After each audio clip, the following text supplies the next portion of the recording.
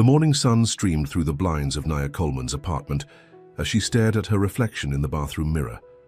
At 30 years old, she was the youngest attending neurosurgeon at Atlanta Memorial Hospital, a fact that filled her with pride but also brought its own set of challenges. "You can do this," she whispered to herself, smoothing down the front of her simple blue dress. "It's just coffee." Her phone buzzed on the counter. It was Taylor, her best friend since medical school. "Please tell me you didn't cancel," Taylor said when Nia answered. "I'm getting ready right now." "Thank God. It's been 2 years since Marcus, Nia. 2 years. You need to get back out there." Nia sighed. Marcus had been another doctor, a cardiologist who'd seemed perfect on paper, until he wasn't. "It's just coffee," Nia repeated, more to herself than to Taylor. "And if he's boring or full of himself, I'll finish my drink and leave." That's the spirit. And remember, Damien Voss is successful, handsome, and single, a rare combination in Atlanta. "You sound like a dating profile," Nia laughed. "I'll call you after." She hung up and took one last look in the mirror. Her dark skin glowed against the blue of her dress, and her braids were pulled back into a neat bun.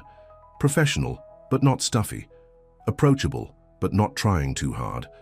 Perfect for a coffee date she was already regretting agreeing to.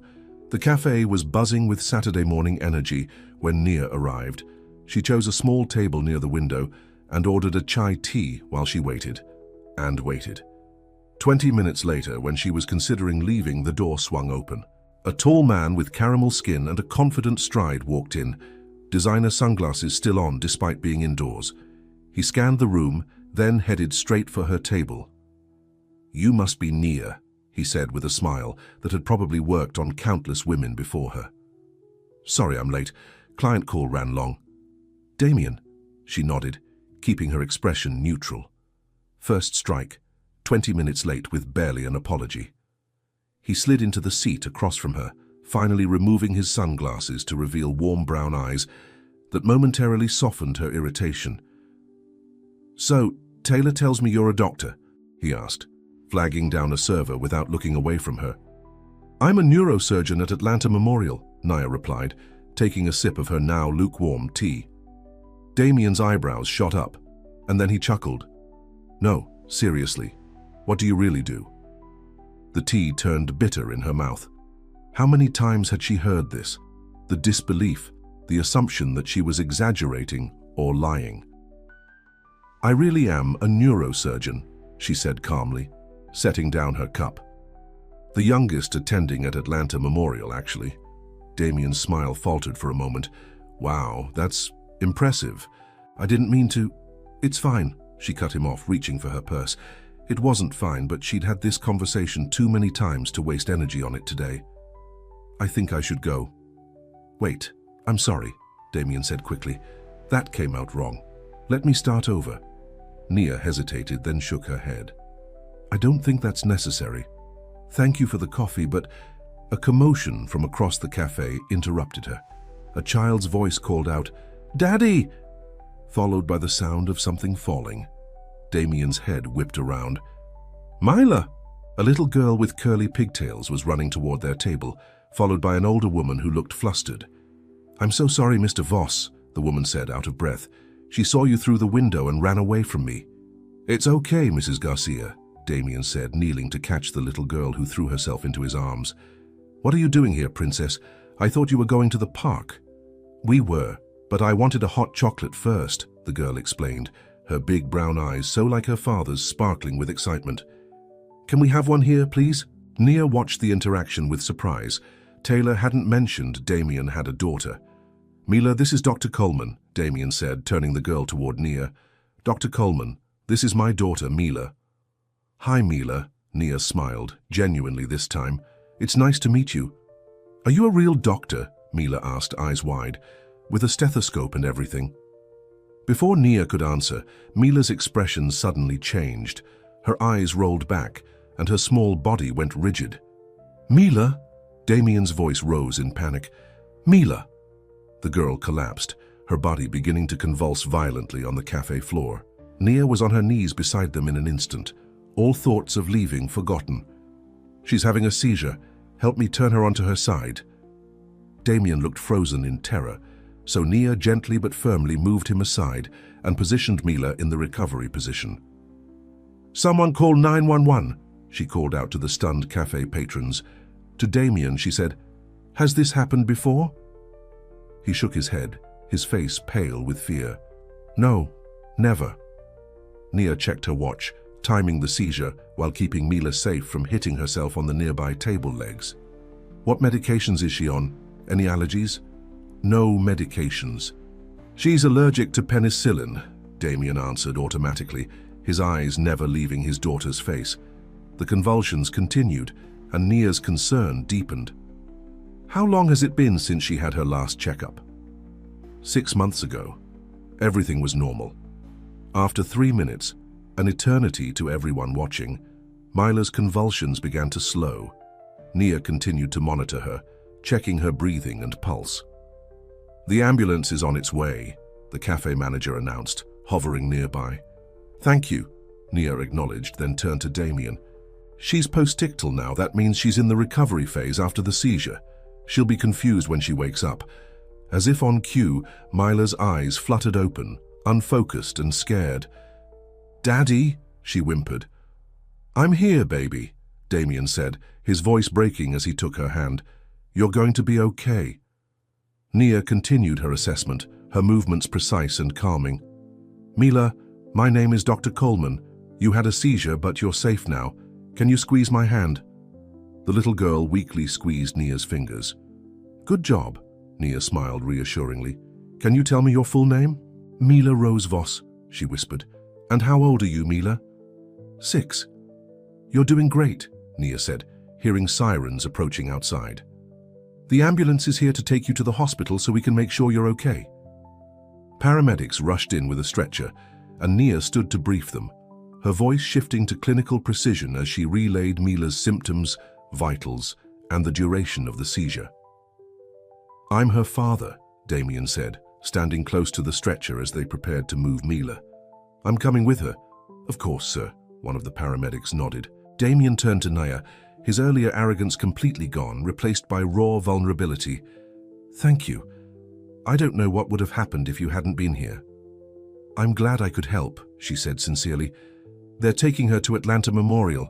That's my hospital. I can check on her later if you'd like." "Please," he said, the word heavy with desperation. As they wheeled Mila out, Damien following close behind, Nia gathered her things. The coffee date from hell had turned into something much more serious. And despite her initial impression of Damien Voss, she couldn't walk away now. The pediatric floor of Atlanta Memorial was quieter than the neurosurgery department where Nia usually worked. She had changed into her scrubs and white coat after checking in with her own patients, then headed to find Mila Voss's room. She found Damien sitting beside a hospital bed where Mila lay sleeping, monitors beeping steadily around her. He looked up when Nia entered, relief washing over his tired face. "Dr. Coleman," he said, standing. "You came." "I said I would," she replied simply. "How is she?" "They're running tests. They said it might be epilepsy, or it could be something else." His voice caught on the something else, the unspoken fears of a parent whose child was suddenly, inexplicably ill. Nia checked Mila's chart hanging at the foot of the bed. "Dr. Patel is excellent. She's in good hands." "They mentioned a CT scan and an MRI," Damien said. "What are they looking for?" Nia chose her words carefully. "They're standard tests to rule out any structural causes for the seizure. Many children have what we call single seizure events that never happen again." Damien ran a hand over his face.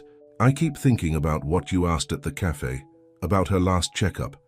I've been so busy with work lately. What if I missed something?"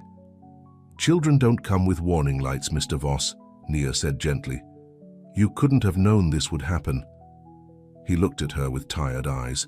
"Damien, please, and thank you again for what you did today. I completely froze." "It's a normal reaction. Most parents do." A nurse came in to check Mila's vitals, and Nia stepped back to give her room. "I should go," she said. "I just wanted to see how she was doing." "Wait," Damien said, following her to the door. "Can I call you to let you know what the tests show?" Nia hesitated, Under normal circumstances, after the way their date had started, she would have said no. But these weren't normal circumstances. "I'll check in tomorrow," she offered instead. "I have surgeries scheduled all day, but I'll stop by after my last one." He nodded, understanding the boundary she was setting. "Thank you." As Nia walked away, she found herself thinking about the transformation she'd witnessed in Damien Voss. The arrogant man who had arrived late and smirked at her profession had disappeared the moment his daughter needed him. There was more to him than she had initially judged, and despite herself, she was curious to learn what that might be. The following day, Nia's last surgery ran late. A routine tumor removal had revealed complications that took 3 additional hours to address. By the time she was done, her shoulders ached from standing hunched over the operating table, and her stomach growled from missing lunch. Still, she remembered her promise and headed to the pediatric floor. When she reached Mila's room, she was surprised to find it empty, except for a nurse changing the sheets. "Excuse me," Nia said. "Where is the patient who was in this room?" "Mila Voss." "They discharged her about an hour ago," the nurse replied. "Her father took her home." "Oh." Nia felt a strange mix of disappointment and relief. Disappointment that she had missed them, relief that Mila was well enough to go home. "Do you know what the diagnosis was?" The nurse shook her head. "You'd have to check with Dr. Patel." Nia thanked her and turned to leave when she heard a familiar voice. "Dr. Coleman."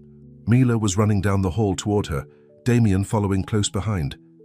"Mila, no running in the hospital," he called, but his voice held no real sternness, just relief. "We were looking for you," Mila exclaimed, stopping in front of Nia. "Daddy said we couldn't leave without saying thank you." Nia knelt down to Mila's level. "You're very welcome. I see you're feeling better?" Mila nodded enthusiastically. "They gave me medicine, and I had to lie in a big tube that made funny noises, but I was brave." "You were very brave," Nia agreed, smiling. "We were just getting her prescriptions from the pharmacy," Damien explained as he reached them. "Dr. Patel diagnosed her with epilepsy. She said the seizure was probably triggered by excitement and fatigue. I ran away from Mrs. Garcia and didn't take my nap," Mila added solemnly. "I won't do that again." "That's a good plan," Nia said, standing up. To Damien, she added, "Epilepsy is manageable with medication. She'll need regular checkups, but many children outgrow it." "That's what Dr. Patel said too," he nodded. "I've been reading everything I can find about it." Nia could see the worry still etched in his face, behind the brave front he was putting on for Mila. "Daddy, I'm hungry," Mila announced, tugging on her father's hand. "We're going to get dinner now," Damien said. "Dr. Coleman, would you like to join us? It's the least I can do after everything." Nia was about to decline when Mila looked up at her with hopeful eyes. "Please come. I want to hear more about being a doctor. I think I want to be one when I grow up." Damien gave Nia an apologetic smile. "You don't have to, I'm sure you're busy." She was busy. She was tired. She had paperwork waiting and a bed calling her name. But something about the genuine hope in Mila's eyes and the humbled gratitude in Damien's made her hesitate. "Actually, I am hungry," she admitted. "But nothing fancy. I've been in Scrubs all day." "We know a great burger place just down the street," Damien offered. Very casual. "Okay," Nia found herself saying. "Let me just change out of my scrubs." As she walked to the doctor's lounge to change, Nia wondered what she was doing. This wasn't a date. This was... what? Professional follow-up. A kindness to a patient. She wasn't sure, but she knew she wouldn't be able to focus on her paperwork if she went home now, wondering how Mila was doing. Just dinner, she told herself, nothing more. The burger place was exactly as promised, casual, busy, and smelling deliciously of grilled meat and fries. They found a booth in the corner, and Mila insisted on sitting next to Nia. "Do you cut open people's brains?" Mila asked, eyes wide with fascination as they waited for their food. "Mila?" Damien looked mortified. "That's not dinner conversation," Nia laughed. "It's okay. And yes, Mila, I do operate on people's brains. I help them when they have problems like tumors or bleeding." "Cool," Mila breathed. "Do you wear a special hat?" "I wear a surgical cap, yes, and a mask and special glasses sometimes." "Is it scary?" Nia considered the question seriously. It was at first, but I practiced a lot, and now I know what I'm doing. It's still a big responsibility, though. Like how Daddy has to be responsible for me. Damien smiled softly at his daughter. That's different, Princess. I don't have to study for years to know how to love you. The simple honesty in his words caught Nia off guard. This was a different Damien from the man who had swaggered into the cafe yesterday. Their food arrived, momentarily halting the conversation. Mila's burger was cut in half, and Damien automatically reached over to help her with the ketchup. So, Damien said after they had all taken a few bites, I owe you an apology for yesterday, for what I said when you told me you're a neurosurgeon. Nia took a sip of her water. It happens more often than you'd think. That doesn't make it right, he insisted. I made an assumption based on I don't even know what, and I was wrong. His directness surprised her. Most men she'd encountered would have made excuses or brushed it off. Apology accepted, she said simply. They ate in comfortable silence for a moment before Damien spoke again. Can I ask how you became a neurosurgeon? It's not exactly a common career path. Nia hesitated. Her reasons were personal, tied to pain she rarely shared, but Mila was watching her with admiration, and there was genuine interest in Damien's eyes. My brother, Devon, had a brain aneurysm when I was 16, she said quietly. It ruptured during a basketball game. By the time they got him to surgery, it was too late. She paused, the memory still sharp after all these years. I decided then that I wanted to be the person who could save someone else's Devon. I'm sorry about your brother, Damien said softly. Me too, Mila added, placing her small hand on Nia's arm. Nia smiled at the little girl's empathy. Thank you, Mila. Did your parents help you become a doctor? Mila asked. A shadow crossed Nia's face. My mom did. She worked 2 jobs to help pay for my college. My dad, he didn't think girls should be surgeons. That's silly, Mila declared with the certainty only a child could have. Girls can do anything boys can do. That's right, Damien agreed, giving his daughter a proud smile. And sometimes they do it better. Nia studied him over her burger. You're not what I expected, Damien Voss. He laughed, a genuine sound that crinkled the corners of his eyes. I'm not usually as much of a jerk as I was yesterday, if that helps. Daddy, that's a bad word, Mila chided. You're right, I'm sorry. He turned back to Nia. Being a single dad and running my own business, sometimes I forget how to talk to adults who aren't clients or contractors. You're a single dad? Nia asked, though she had guessed as much. A sadness passed over his face. Mila's mom, Sophia, died of breast cancer 3 years ago. It's been just the 2 of us since then. I'm sorry, Nia said, understanding now some of the fear she had seen in his eyes when Mila collapsed. Me and Daddy are a team, Mila said, dipping a fry in ketchup. But sometimes he works too much. Mila, Damien warned gently. It's true. Mrs. Garcia says you're going to get an ulcer. Ulcer, Damien corrected with a laugh. And Mrs. Garcia talks too much. Who is Mrs. Garcia? Nia asked. My nanny, Mila answered. She picks me up from school and stays with me until Daddy comes home. She's been a lifesaver, Damien added, especially when projects run late. Speaking of which, he checked his watch. It's getting past someone's bedtime. Mila yawned, as if on cue.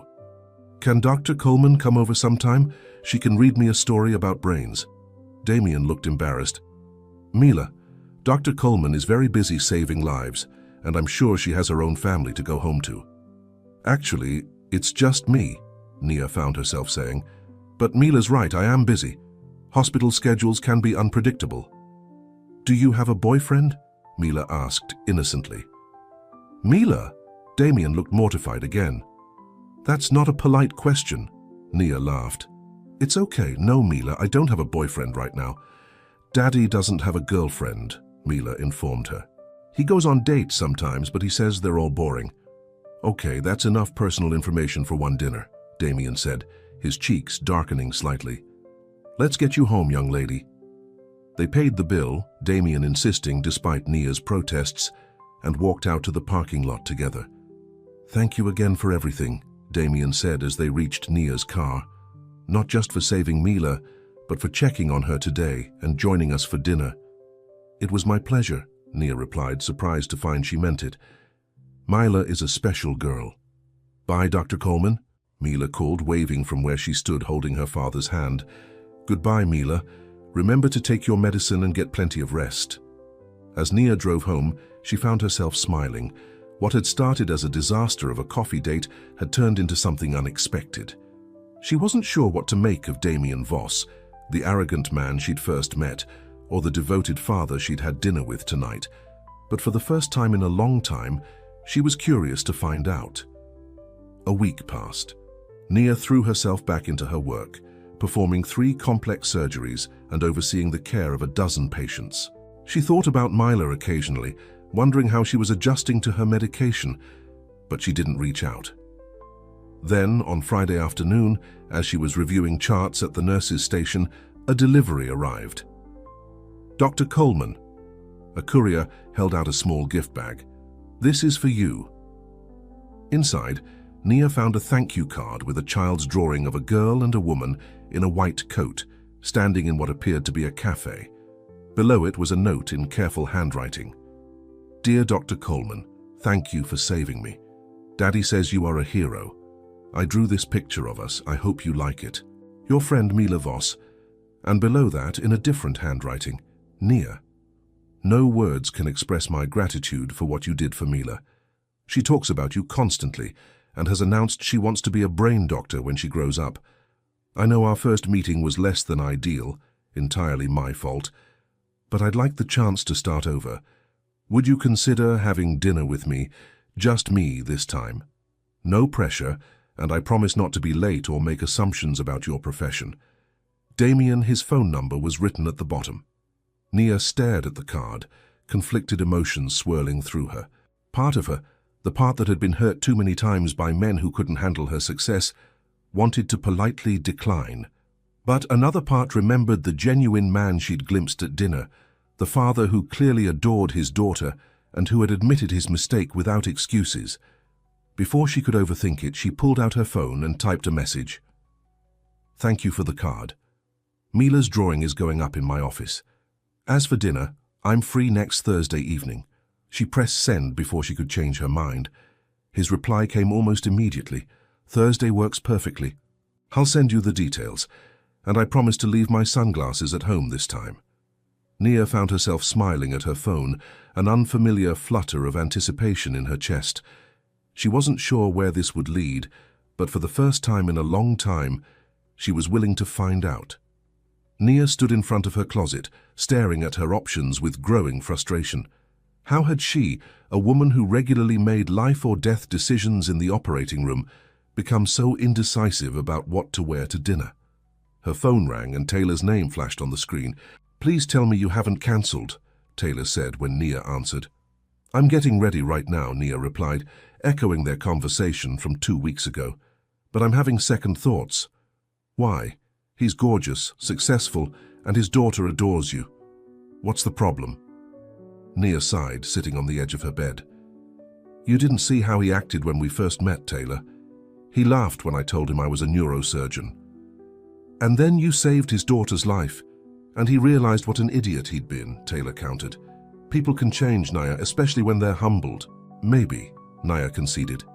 "But what if he's just grateful? What if this is just a thank you dinner and I'm reading too much into it? Then you have a nice meal, say goodnight, and move on with your life," Taylor said practically. "But you'll never know unless you go." Nia looked back at her closet. "What should I wear?" "The red dress. Always the red dress." 20 minutes later, Nia was slipping into a slim-fitting red dress that hugged her curves without being too revealing. Professional but not stuffy. Attractive but not trying too hard.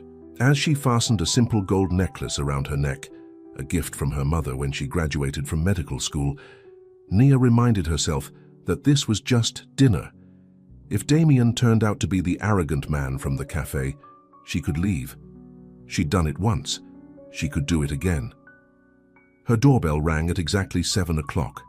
No lateness this time. When she opened the door, Damien stood there in a well-fitted navy suit, holding a small bouquet of yellow tulips. No sunglasses in sight. "Hi," he said, his confident smile tempered by a hint of nervousness. "You look beautiful." "Thank you," Nia replied, accepting the flowers. "You're right on time." "I set 3 alarms," he admitted with a self-deprecating laugh. "I didn't want to mess this up twice." The honesty in his voice eased some of her tension. She invited him in while she put the flowers in water. "Nice place," Damien said, looking around her apartment. It was modern and minimalist, with clean lines and carefully chosen art pieces, mostly abstract paintings in soothing blues and greens. "Thanks. I don't spend much time here, but I like it to feel peaceful when I do." "I get that," he nodded. "My house is the opposite.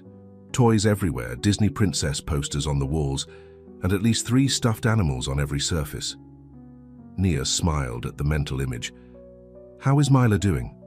"Really well. The medication is working, and she hasn't had any more seizures." He paused.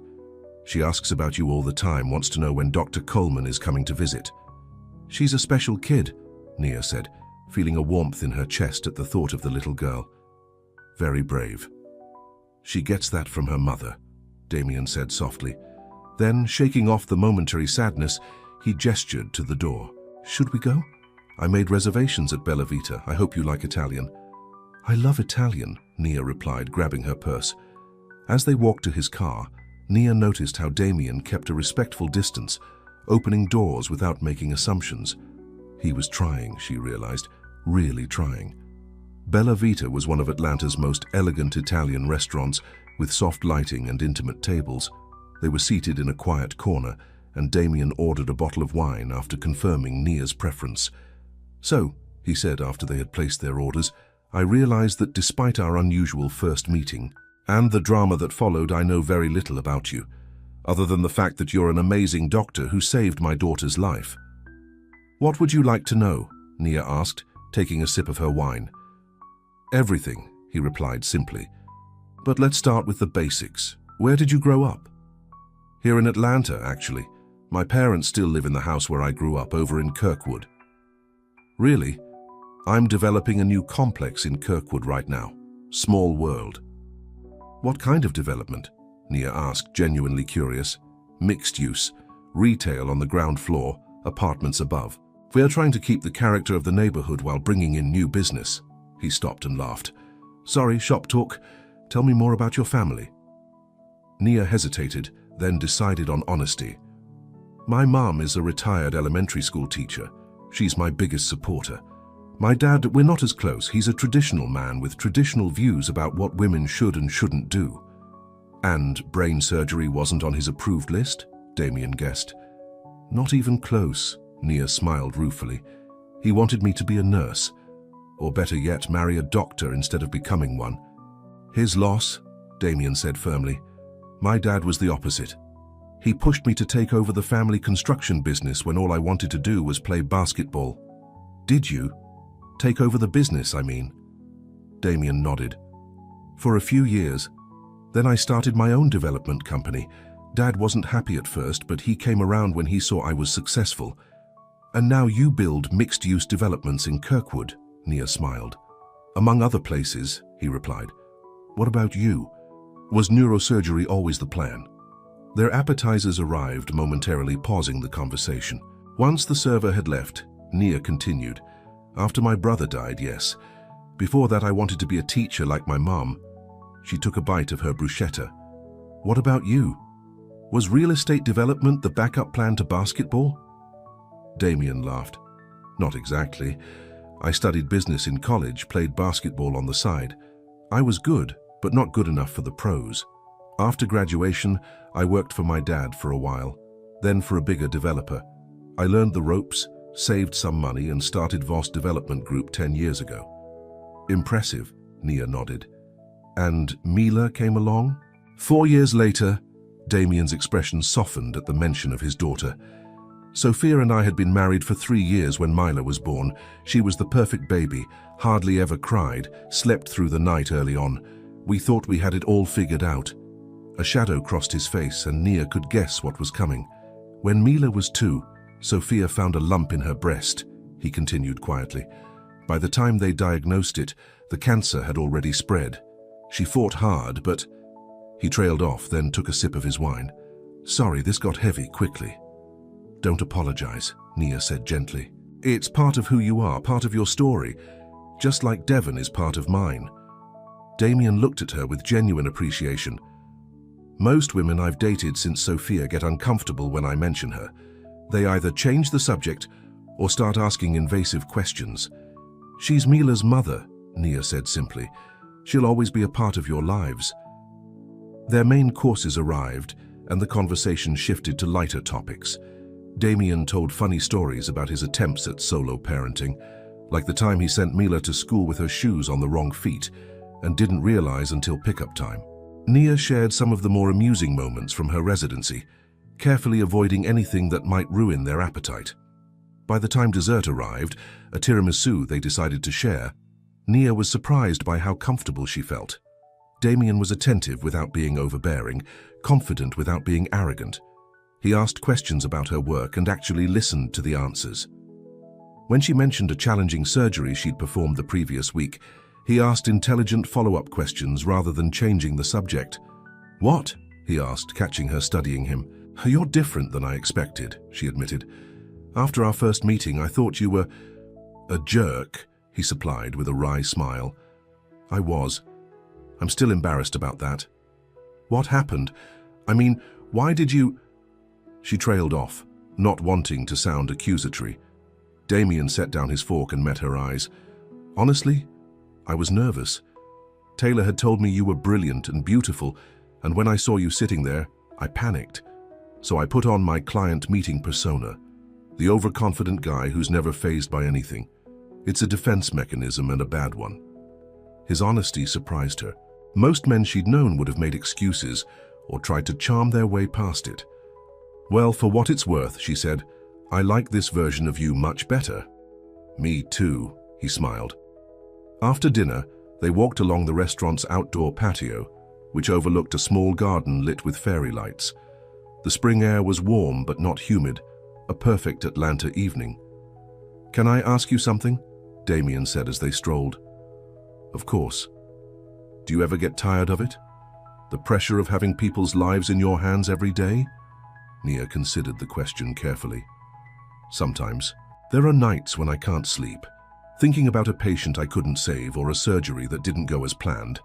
But then there are the successes, the people who walk out of the hospital because of something I was able to do. Those make it worth it. Like Mila, he said softly. Like Mila, she agreed. Though I can't take credit for her diagnosis or treatment, I just happened to be there when she needed help.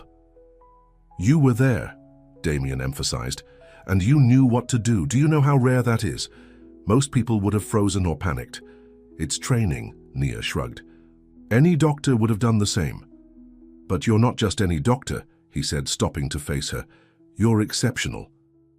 The intensity in his eyes made her heart beat faster, and for a moment she thought he might kiss her. Instead, he took her hand and squeezed it gently. Thank you for giving me a second chance, he said. Thank you for earning it, she replied. When he drove her home later, Damien walked her to her door, but didn't try to come inside.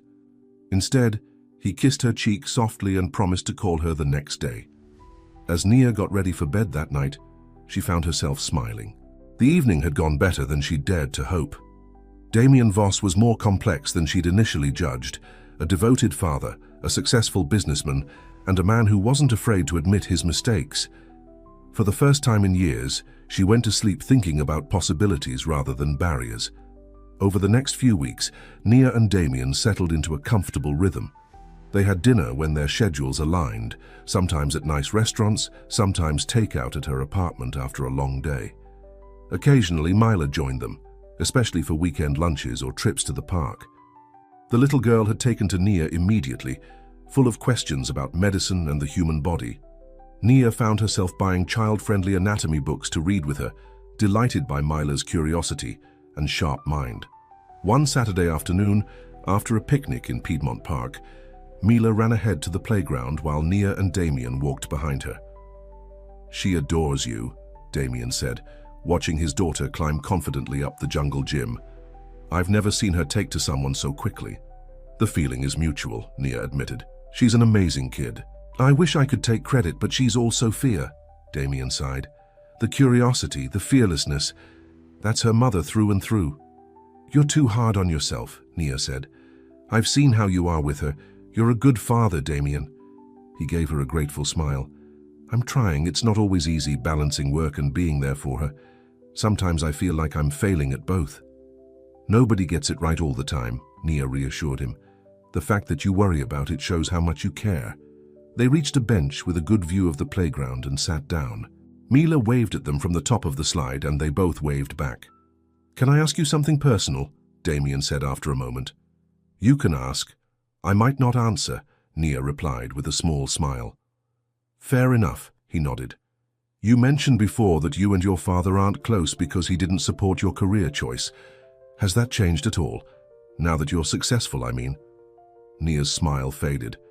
Not really. He's proud in a way. Likes to tell his friends at church that his daughter is a doctor. But he still makes comments about how I work too much, how I'll never find a husband if I'm always at the hospital. That must be hard. It is what it is, Nia shrugged, trying to hide how much it still hurt. My mom makes up for it. She's my biggest cheerleader. I'm glad you have her, Damien said sincerely. Everyone needs at least one person in their corner. Who's in yours? Nia asked. Besides Mila, I mean. My sister, Vanessa. She lives in Chicago, but we talk almost every day. She flew down when Sophia died and stayed for 2 months. I don't know what I would have done without her. Nia was about to respond when a commotion from the playground caught their attention. Mila was sitting at the bottom of the slide, holding her arm and crying. They both rushed over, Damien reaching her first. What happened, Princess? He asked, kneeling beside her. I fell, Mila sobbed. My arm hurts. Nia knelt on Mila's other side, her doctor instincts kicking in. Can I take a look, Mila? The little girl nodded through her tears. Gently, Nia examined Mila's arm, feeling for breaks or dislocations. Can you move your fingers for me? Mila wiggled her fingers, wincing but able to move them. Good job, Nia said reassuringly. Now, this might hurt a little, but I need to check something, okay? With practiced movements, Nia checked the range of motion in Mila's wrist and elbow, watching her face carefully for signs of pain. I don't think anything's broken, she said finally. Probably just a sprain, but we should put some ice on it and keep it elevated. Damien looked relieved. Are you sure we don't need to go to the emergency room? If the pain gets worse or if there's significant swelling, then yes, Nia replied. But for now, I think we're okay with basic first aid. They gathered their picnic things and headed to Damien's car. Mila, already recovering from her fright, insisted on Nia sitting in the back seat with her. You're very brave, Nia told her as they drove, much braver than some of my grown-up patients. Mila smiled through the last of her tears. That's because you made it not so scary. Back at Damien's house, a spacious colonial in Buckhead that was indeed covered in toys and princess paraphernalia, Nia helped Mila settle on the couch with her arm propped up on pillows while Damien got an ice pack from the freezer. Should we watch a movie? He asked, returning with the ice wrapped in a kitchen towel. Moana, Mila requested immediately. Again. Damien groaned, but his eyes were twinkling. We've seen it at least 20 times. But Dr. Coleman hasn't seen it with us, Mila argued. Please, Daddy. It's fine with me, Nia laughed. I haven't seen it at all, actually. Mila looked scandalized. You've never seen Moana, but it's the best movie ever. Then we definitely have to watch it, Damien agreed, moving to set up the TV. Do you want anything to drink, Nia? Water, wine, coffee? Water is fine, thanks. As Damien went to the kitchen, Mila patted the couch beside her. You can sit here, Dr. Coleman. You can call me Nia, you know, she said, sitting down. Mila seemed to consider this. But you're a doctor. Mrs. Garcia says we should always use proper titles to show respect. Mrs. Garcia is right, Nia nodded, but friends can use first names too. We're friends? Mila asked, her eyes lighting up. I'd like to think so. Is that okay with you? Mila nodded enthusiastically. Yes, I've never had a doctor friend before. Damien returned with drinks for everyone, and settled on Mila's other side. As the movie started, Nia found herself enjoying the simple pleasure of the moment, the excited commentary from Mila, the occasional knowing glance from Damien when his daughter said something particularly funny or sweet. By the time the movie ended, Mila had fallen asleep, her head resting against Nia's arm, the ice pack long since removed. "I should probably carry her up to bed," Damien said softly. "She had a big day." Carefully, he lifted Mila from the couch. The little girl stirred slightly but didn't wake up. "I'll be right back," he whispered to Nia. While he was upstairs, Nia looked around the living room. Despite the toys scattered about, there were touches of elegant design, built-in bookshelves, a tasteful fireplace, large windows that would let in plenty of natural light during the day. On the mantel were several framed photos, Mila as a baby, Damien holding her on what looked like her first day of school, and a beautiful woman with Mila's curly hair and bright smile, Sophia, she presumed. She had the same smile as Mila, Damien said, returning to the room. Same laugh too. "She was beautiful," Nia said sincerely.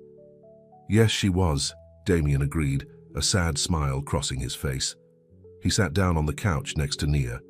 "Thank you for today, for helping with Mila's arm, and for just being here." "I enjoyed it," Nia replied honestly. "Even the minor medical emergency." Damien laughed softly. "You know, when Sophia died, I thought that part of my life was over. The family part. I figured it would just be Mila and me from then on." He looked at Nia with an intensity that made her breath catch. "I never expected to meet someone like you." "Someone who knows first aid?" she tried to joke, suddenly nervous under his gaze. "Someone who fits," he said simply. "With me. With Mila. With our life." Before Nia could respond, Damien leaned forward and kissed her.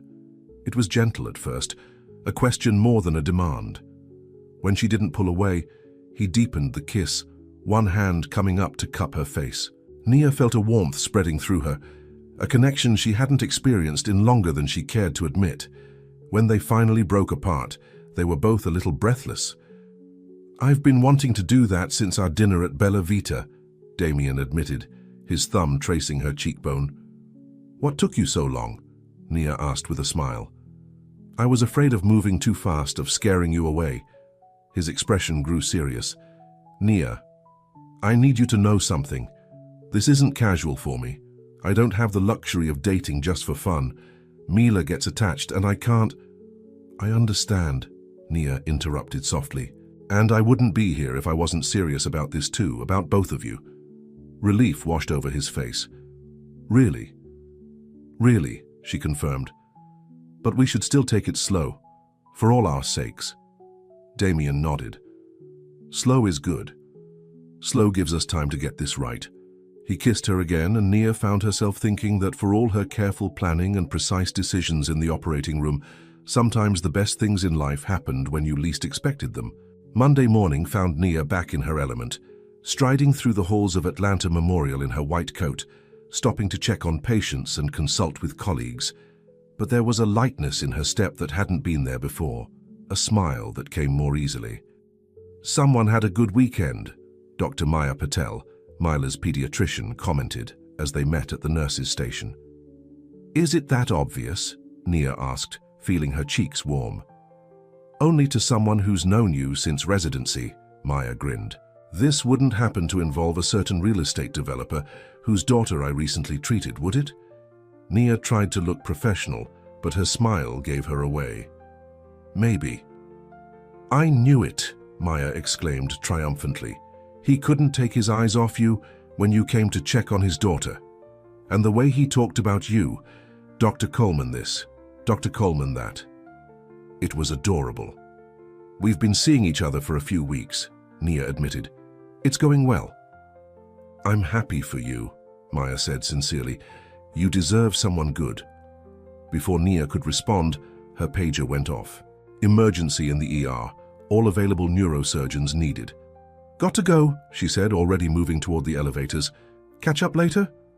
"Definitely," Maya called after her. "I want details." The emergency turned out to be a multi-car pileup on I-85 with several victims suffering head trauma. Nia spent the next 8 hours in surgery, working alongside the trauma team to save lives. It was exhausting, mentally and physically demanding work, but it was what she was trained for. By the time she finished her last surgery, it was well past midnight. She had missed several texts from Damien, checking in and wishing her well. She sent a quick reply explaining the situation and promising to call him the next day. As she changed out of her scrubs, her phone rang. It was Damien. "Hey," she answered, surprised. "It's late. Is everything okay?" "Everything's fine." His voice was warm through the phone. "I just wanted to hear your voice before I went to sleep. Rough day?" "Multiple traumas from a highway accident," she said, the weight of the day suddenly catching up with her. "We lost one patient, but 3 others are stable." "I'm sorry about the one you lost," Damien said softly, "but I'm proud of you for saving the others." His simple understanding brought unexpected tears to her eyes. "Thank you," she whispered. "Are you heading home now? You must be exhausted." "Yeah, just changing out of my scrubs." "Get some rest," he said. "And Nia, I'm here if you need to talk. Anytime." "I know," she replied, realizing with surprise that she believed him. "Good night, Damien." "Good night, beautiful doctor." As she drove home through the quiet streets of Atlanta, Nia reflected on how quickly her life had changed. A month ago, she had been focused solely on her career, convinced that romance wasn't in the cards for her. Now she found herself thinking about Damien's smile, about Myla's infectious laugh, about the possibility of being part of something larger than herself. It was terrifying and exhilarating all at once. The following weekend, Damien invited Nia to a charity gala hosted by the Atlanta Real Estate Association. It would be their first official public appearance as a couple, and Nia found herself uncharacteristically nervous as she got ready. She chose an elegant floor-length gown in deep blue, with her hair swept up in a sophisticated updo. As she applied her makeup, her phone rang, her mother calling for their weekly check-in. "Hi, Mom," she answered, putting the phone on speaker as she finished her mascara. "Hello, sweetheart." Evelyn Coleman's warm voice filled the bathroom. "How are you? Working too hard as usual?" "Actually, I'm getting ready to go out," Nia replied. "There's a charity gala tonight." "A hospital function?" her mother asked. "No, it's for the Real Estate Association. I'm going with a friend." There was a pause. Then Evelyn said knowingly, "A special friend, from the sound of your voice. Tell me everything." Nia laughed. Her mother had always been able to read her, even over the phone. "His name is Damien. He's a real estate developer, and he has a 6-year-old daughter named Myla." "A single father," Evelyn noted. "How did you meet?" Nia hesitated, then gave her mother the condensed version of their first meeting and Myla's seizure. She left out the part about Damien initially dismissing her profession, not wanting to give her mother any reason to worry. "Oh, well, it sounds like fate brought you together," Evelyn said when Nia had finished. "How long have you been seeing him?" "About a month. It's going well, Mom. He's different from the others." "Different how?" Nia thought about it. "He respects my work. He doesn't try to compete with me or feel threatened by my success, and he's a wonderful father." "He sounds lovely," Evelyn said sincerely. "When do I get to meet him?" "Mom," Nia groaned, "it's still early." "Not too early for you to be getting dressed up for a gala with him," her mother pointed out, "but I'll be patient. For now." They chatted for a few more minutes before Nia had to finish getting ready. As they were saying goodbye, Evelyn added, "Nia, I'm happy for you, sweetheart. You deserve someone who sees how special you are." "Thanks, Mum," Nia replied softly. "Love you." "Love you too." The doorbell rang just as Nia was putting on her earrings.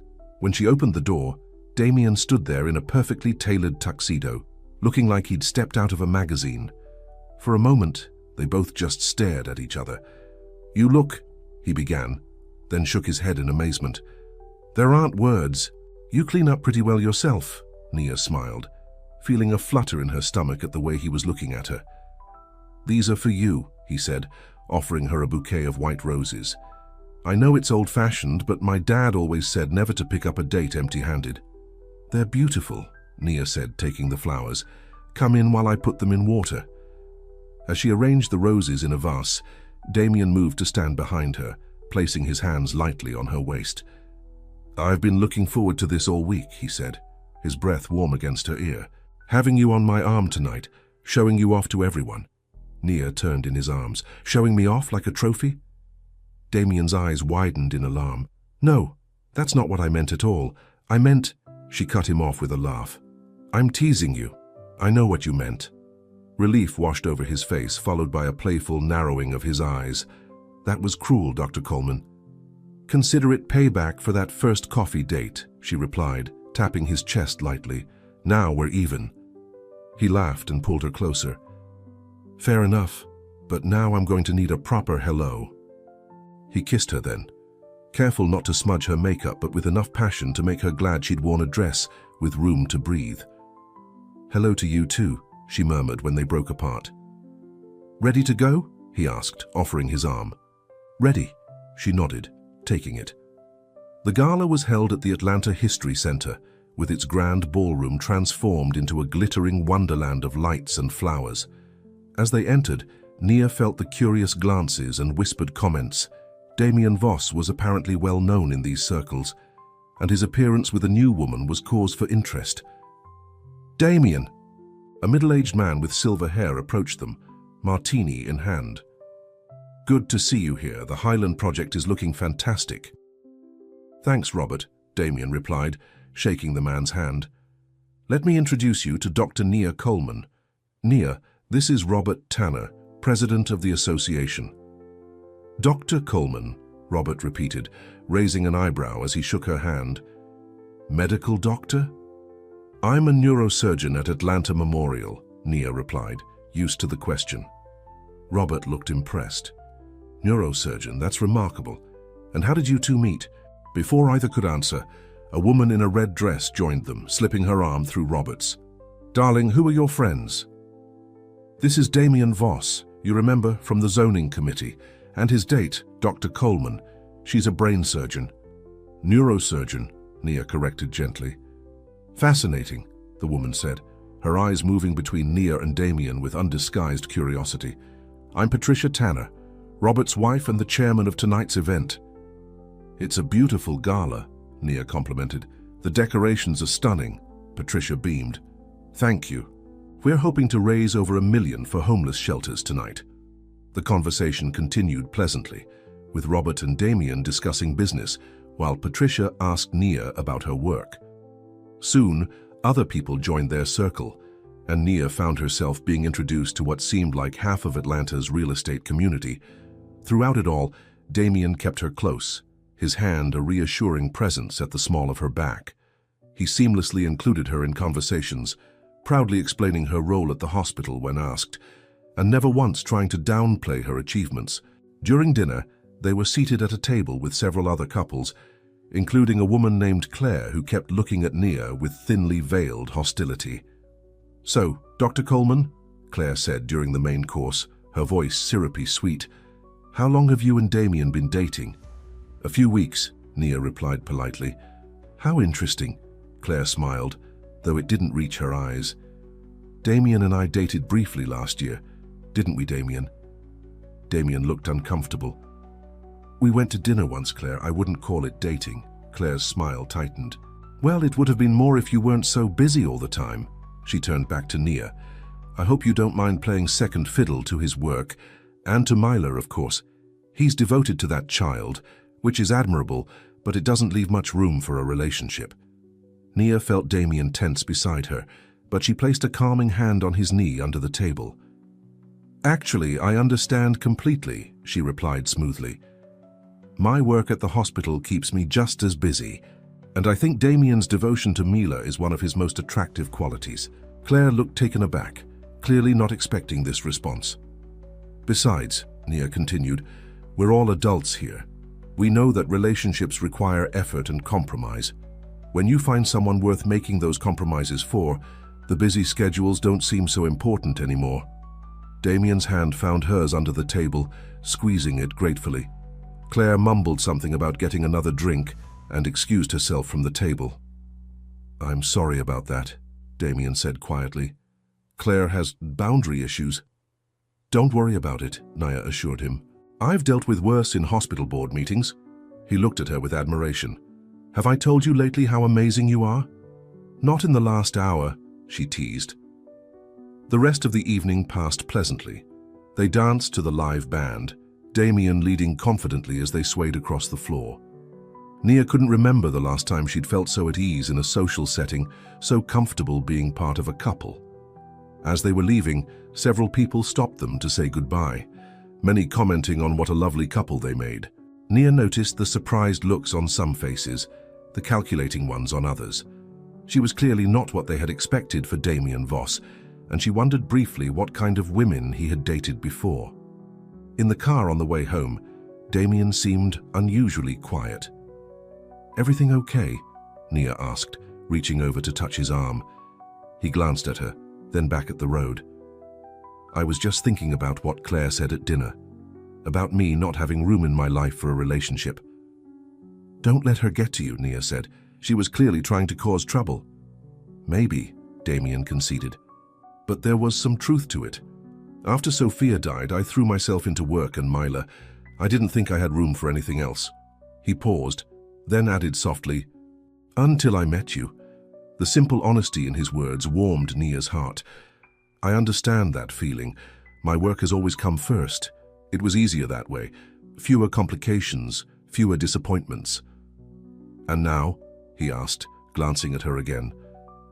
"Now I'm complicating my life willingly," she smiled, "and so far I don't regret it." When they reached Nia's apartment, Damien walked her to her door. "Would you like to come in?" she asked, surprising herself with the invitation. Damien hesitated. "I want to, believe me, but Mrs. Garcia can't stay past midnight and I should get home to Mila." He brushed a strand of hair from her face. "Rain check." Nia nodded, both disappointed and touched by his responsibility as a father. "Rain check."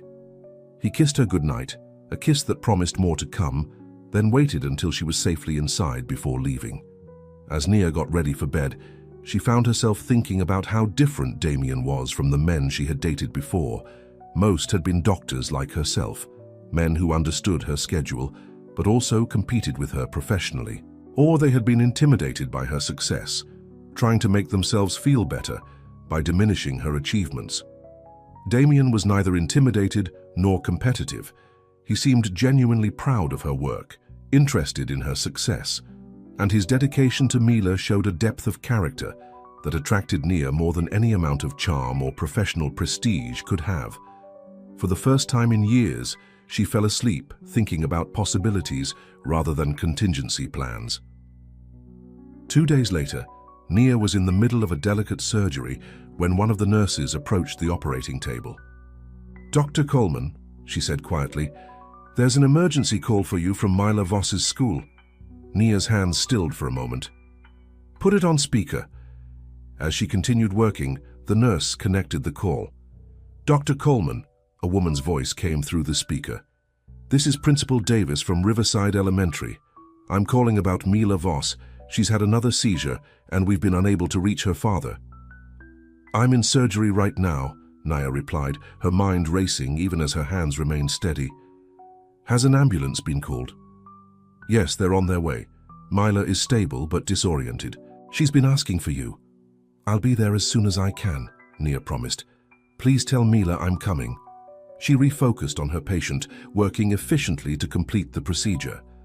As soon as she was able to safely close, she asked her resident to finish up and hurried to change out of her surgical gown.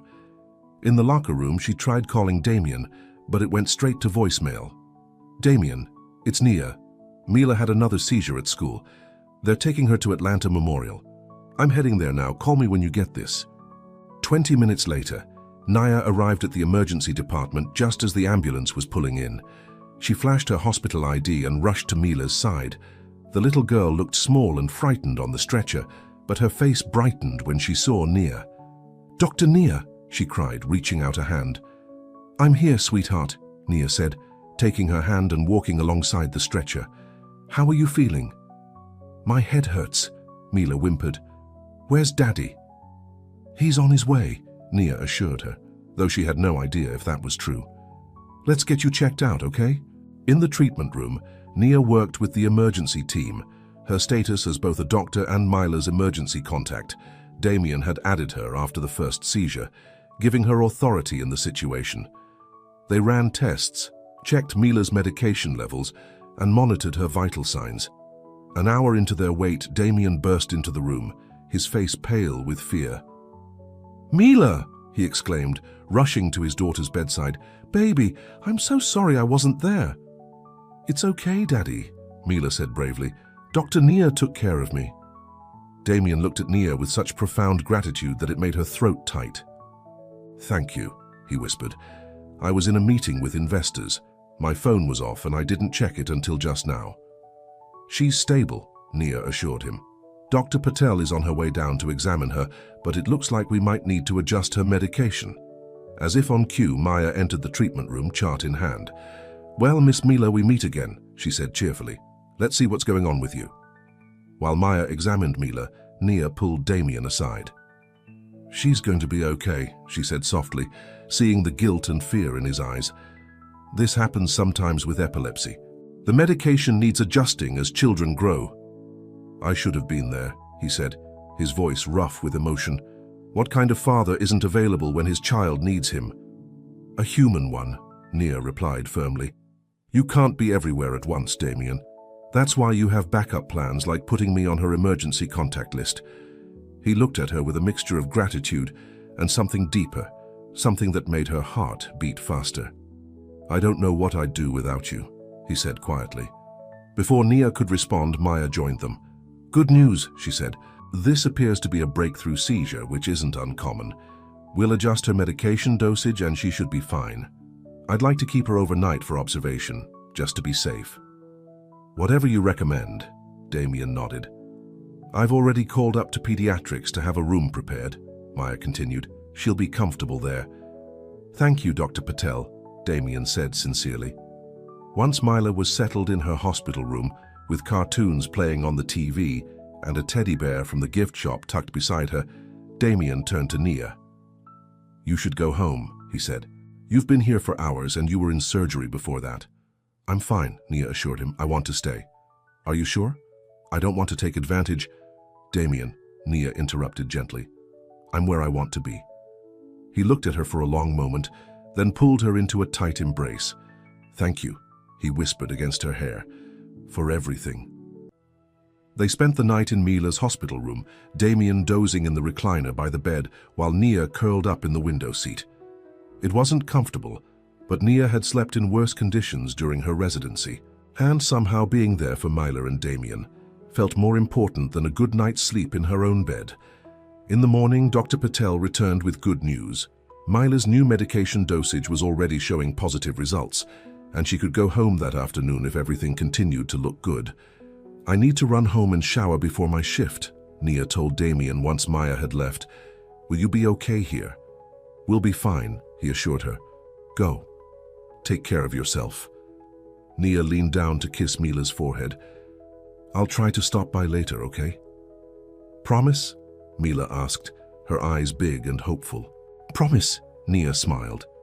As she was leaving, Damien walked her to the elevator. "Nia," he said, taking her hands in his. "What you did yesterday, coming to help Mila when I couldn't be reached. I don't have words." "You don't need them," she replied simply. "I care about her, Damien, and I care about you." He kissed her then, right there in the hospital corridor, not caring who might see. It was a kiss full of gratitude and affection, and something that felt dangerously close to love. When they broke apart, Damien rested his forehead against hers. "We're a package deal, you know, me and Mila. And I know that's a lot to take on." "I know," Nia said softly, "and I'm still here." A week later, Nia finished her shift and headed to Damien's house for dinner. It had become something of a routine. Whenever she wasn't on call, she would join them for meals, help Mila with her homework, or just relax together watching movies. Tonight, though, something felt different. There was a nervous energy in Damien's movements as he cooked, and Mila kept giggling and then trying to look innocent when Nia glanced her way. "Okay, what's going on?" Nia finally asked as she helped set the table. "How you two are acting weird." "Nothing's going on," Damien said too quickly. "Just a normal Thursday night." "Uh-huh," Nia said skeptically. And I suppose Mila always wears her fancy party dress for dinner on Thursday? Mila giggled again, twirling to show off her frilly purple dress. It's a surprise. Mila, Damien groaned, you were supposed to keep it a secret. Sorry, Daddy, she said, not looking sorry at all. Well, now I'm definitely curious, Nia smiled. What's the surprise? Damien wiped his hands on a dish towel and came around the counter to take Nia's hands. I had a whole speech planned for after dinner, but since someone can't keep a secret, he gave Mila a mock stern look, then turned back to Nia. We wanted to ask you something. Okay, Nia said cautiously. We've been spending a lot of time together, the three of us, Damien began, and it's been amazing. But there's one thing that would make it even better. What's that? Mila bounced with excitement. If you lived here with us. Nia blinked in surprise. What? Damien shot Mila a look. That wasn't exactly how I was planning to phrase it. He turned back to Nia. What Mila means is we'd like to ask you to move in with us. Only if you want to, of course, and only when you're ready. Nia felt her heart racing. This was bigger than she'd expected. Moving in together was a serious step, especially with a child involved. I know it's sudden, Damien continued, seeing her hesitation, and I know your apartment is closer to the hospital. We could figure something out. Maybe keep your place for when you're on call. Say yes, Mila pleaded, tugging on Nia's hand. Please? I'll let you have the pink bathroom all to yourself. Despite her nervousness, Nia had to laugh at that. That's very generous, Mila. You don't have to answer right now, Damien assured her. Take some time to think about it. We just wanted you to know that we want you here, with us, as much as possible. Nia looked between them, Damien with his hopeful, nervous smile, and Mila practically vibrating with excitement. These two people had come into her life so unexpectedly, and yet now she couldn't imagine her life without them. I need to think about it, she said honestly. It's a big step. Of course, Damien nodded, though she could see a hint of disappointment in his eyes. But, she continued, squeezing his hands, I'm not saying no. I just need a little time. That brought his smile back. Take all the time you need. We're not going anywhere. Dinner was a lively affair, with Mila doing most of the talking, filling Nia in on everything that had happened at school that day. The earlier tension dissolved into comfortable familiarity, and Nia found herself wondering what it would be like to have this every night, coming home to Damien and Mila, being part of a family again. The thought was both thrilling and terrifying. After dinner, while Damien cleaned up the kitchen, Nia helped Mila get ready for bed. They had established a routine, teeth brushing, pajamas, and then a story. Tonight, Mila picked one of the anatomy books Nia had given her, fascinated by the pictures of the human brain.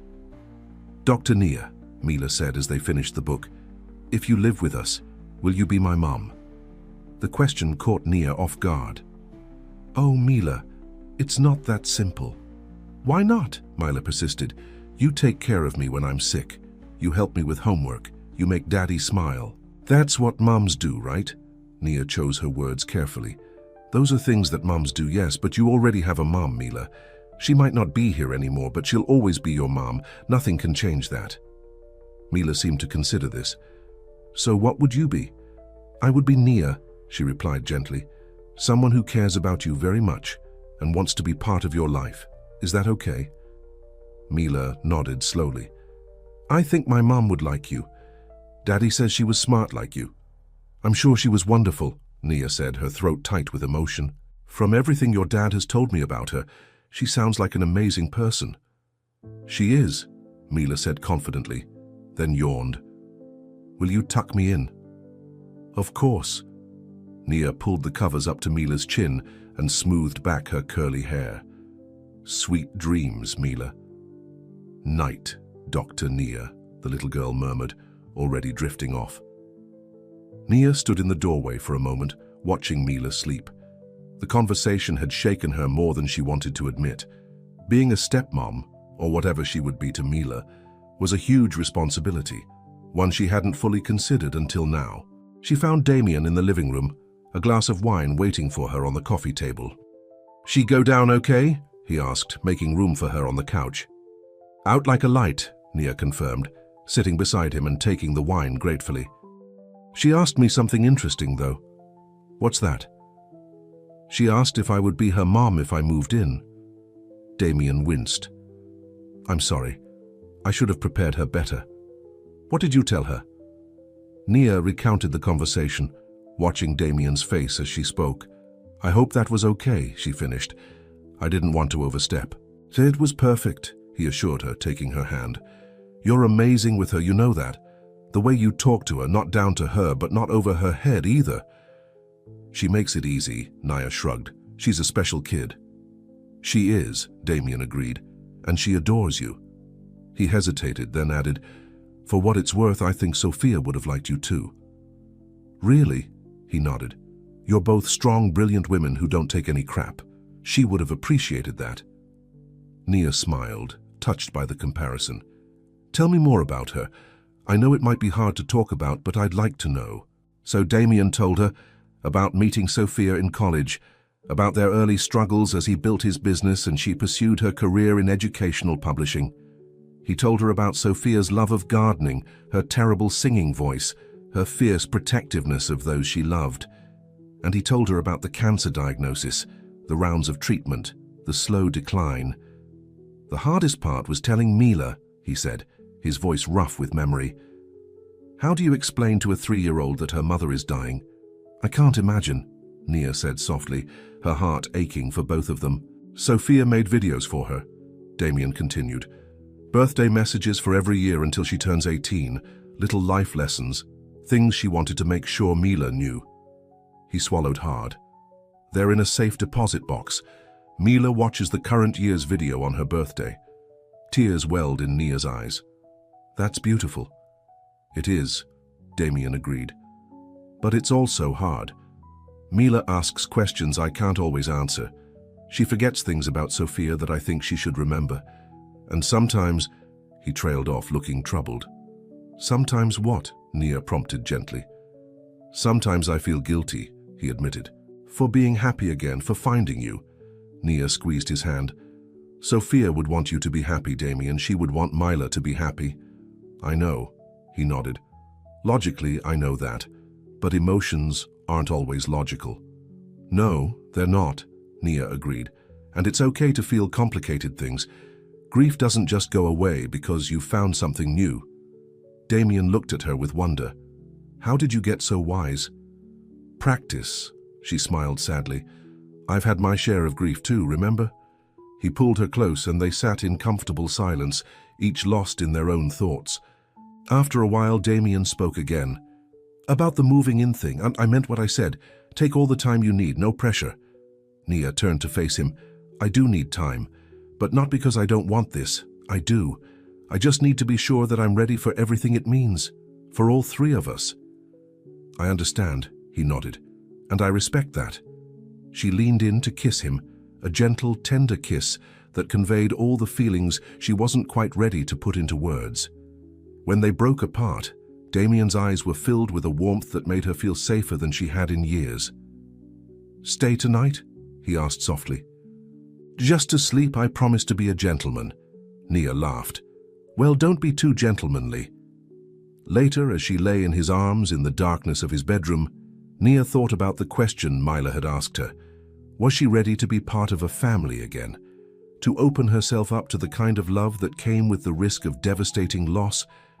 She didn't have all the answers yet, but as she drifted off to sleep, the steady rhythm of Damien's heartbeat against her back, she thought that maybe some questions were worth exploring, even without knowing where they might lead. As spring turned to summer in Atlanta, Nia found herself spending more and more time at Damien's house. She kept her apartment. It was too convenient to the hospital to give up completely, but most of her clothes had migrated to his closet, and her favorite mug had a permanent place in his kitchen cabinet. One Saturday morning in June, Nia woke to the sound of hushed giggles and whispers outside the bedroom door. She smiled, pretending to be asleep as the door creaked open and tiny footsteps approached the bed. 1, 2, 3, Damien's voice whispered, followed by Mila's excited shout. Surprise! Happy 3-month anniversary! Nia opened her eyes to find Mila bouncing on the edge of the bed, holding a slightly lopsided tray with breakfast on it. Behind her, Damien stood with a bouquet of fresh flowers and a sheepish grin. "What's all this?" Nia asked, sitting up and smoothing back her hair. "We made you breakfast," Mila announced proudly. "I helped with the pancakes and Daddy only burned the first batch." "Thanks for that, kiddo," Damien laughed, setting the flowers on the nightstand and sitting on the edge of the bed. "But she's right. We wanted to surprise you." "3-month anniversary?" Nia questioned, accepting the tray as Mila carefully placed it over her lap. "Since our first real date," Damien explained.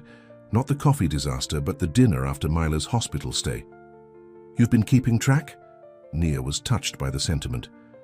"Of course," he replied, leaning in to kiss her softly. "It's an important date." "Can I eat a pancake?" Mila asked, eyeing the stack hopefully. "They're for all of us," Nia laughed, patting the bed beside her. "Climb up."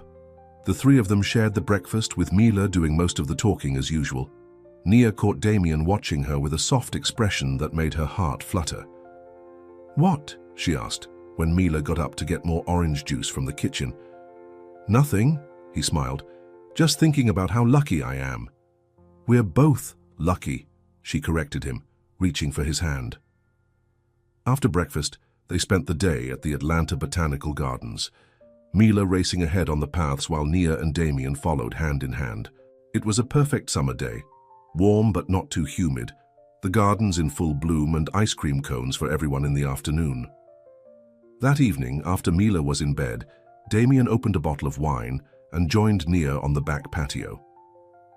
"I have something for you," he said, pulling a small box from his pocket.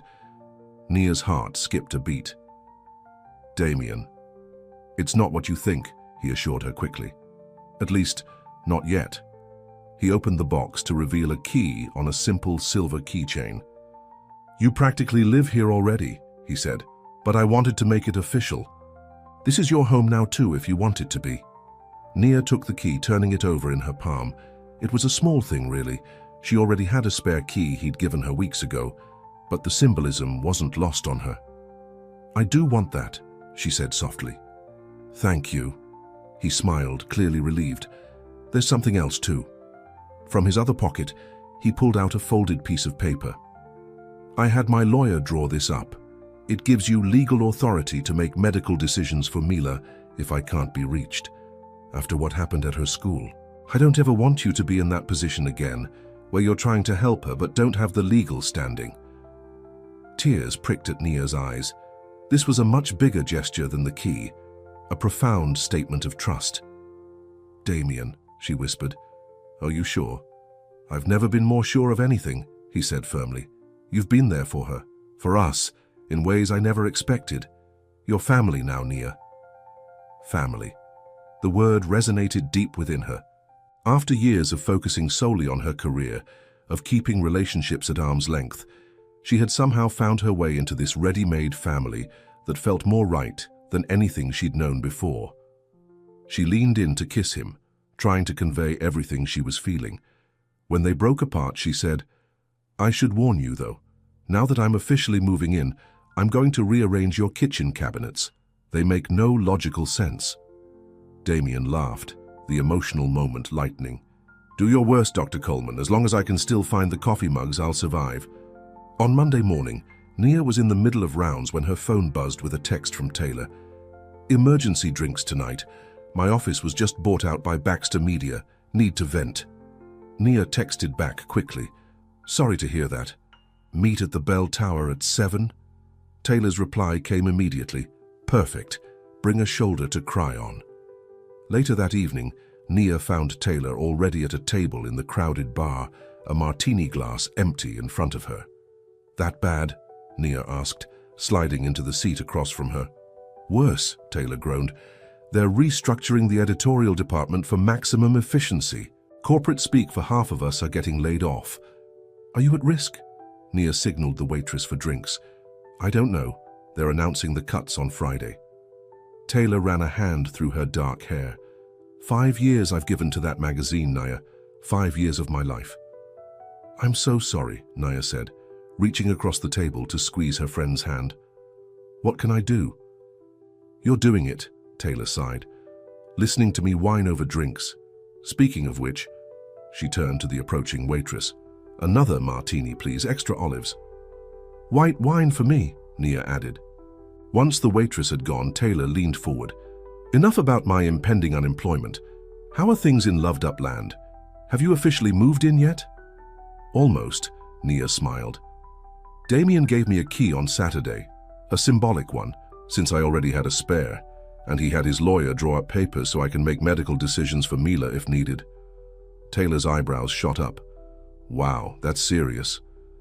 It is, Nia nodded, but it feels right. They both feel right. I'm happy for you, Taylor said sincerely. After that jerk, Marcus, you deserve someone who appreciates you, and from what you've told me, Damien more than fits the bill. He does, Nia agreed, thinking of the breakfast in bed, the day at the gardens, the quiet conversations after Mila was asleep. It's not perfect, we're still figuring things out, but it's good, really good. Their drinks arrived, and Taylor raised her glass. Two really good relationships. May they last, unlike my employment. Nia clinked her glass against Taylor's. It'll work out. You're too talented to stay unemployed for long. From your lips to God's ears, Taylor sighed. Now tell me more about playing house with Mr. Real Estate. Have you met his family yet? Besides the adorable Mila, I mean. Not yet, Nia admitted. His parents live in Florida, and his sister is in Chicago, but they're all coming for Mila's birthday next month. Ooh, the family test, Taylor waggled her eyebrows. Nervous? A little, Nia confessed. From what Damien said, his mother can be particular. Aren't they all? Taylor laughed. My mother still asks when I'm going to find a nice man and settle down, as if being 32 and single is some kind of terminal condition. Their conversation flowed easily, as it always did. Taylor had been Nia's first friend in medical school, the one person who saw past her serious exterior to the vulnerability beneath. They had supported each other through the grueling years of training, through Taylor's eventual decision to leave medicine for journalism, through Nia's disastrous relationship with Marcus. Oh, I almost forgot, Taylor said, as they were finishing their second round. Did you hear about that new neurosurgery fellowship at Mass General, the one focusing on pediatric brain tumors? Nia nodded. I saw the announcement. It looks incredible. Are you going to apply? Taylor asked. It seems right up your alley. I don't know, Nia shrugged. It would mean moving to Boston for at least a year. That's not really an option now. Taylor studied her friend. The old Nia would have jumped at the chance, relationship or not. The old Nia was alone, Nia pointed out. I have more to consider now. True, Taylor conceded, but don't let go of your dreams too easily, Nia. The fellowship could take your career to the next level. There will be other opportunities, Nia said, though a small part of her couldn't help wondering what she might be giving up. As they left the bar later that evening, Taylor hugged her tightly. I'm really happy for you, Nia, but promise me something? What's that? Don't lose yourself in this relationship. You work too hard to get where you are. Nia smiled reassuringly. I won't. Damien supports my career. He understands what it means to me. Good, Taylor nodded. Because you're too talented to be just someone's girlfriend, even if he is Prince Charming. On the drive home, and Nia realized she now thought of Damien's house as home, she found herself mulling over Taylor's words. The fellowship at Mass General was prestigious, a career-making opportunity that would put her at the forefront of pediatric neurosurgery. A year ago, she would have applied without hesitation. But things were different now. She had responsibilities beyond her career, to Damien, to Mila, to the life they were building together. Was it wrong to prioritize that over professional advancement? When she arrived home, the house was quiet. Damien had texted earlier that Mila was in bed and he was working in his home office. Nia kicked off her shoes and padded down the hallway, finding him at his desk, surrounded by blueprints and zoning documents. Hey, he smiled up at her. How was Taylor? Stressed, Nia replied, perching on the edge of his desk. Her company got bought out and there are layoffs coming. That's rough, Damien said sympathetically. Is she at risk? She doesn't know yet. Nia's fingers idly traced the edge of a blueprint. Can I ask you something? Anything, he said, setting down his pen and giving her his full attention. If an amazing career opportunity came up for me, but it meant moving away for a while, how would you feel about that? Damien looked surprised by the question. Is this hypothetical, or is there something specific you're thinking about? There's a fellowship at Massachusetts General Hospital, Nia explained. 1 year focusing on pediatric brain tumors. It's prestigious. And you want to apply? He asked carefully. I don't know, she admitted. A few months ago I would have said yes without hesitation, but now there's us, he finished for her. Yes. Damien was quiet for a moment, his expression thoughtful. Nia, I would never want to hold you back from something important to you. If this fellowship is what you want, we can figure out the rest. It would mean living in Boston for a year, she pointed out, away from you and Mila. Boston isn't the moon, he said with a small smile.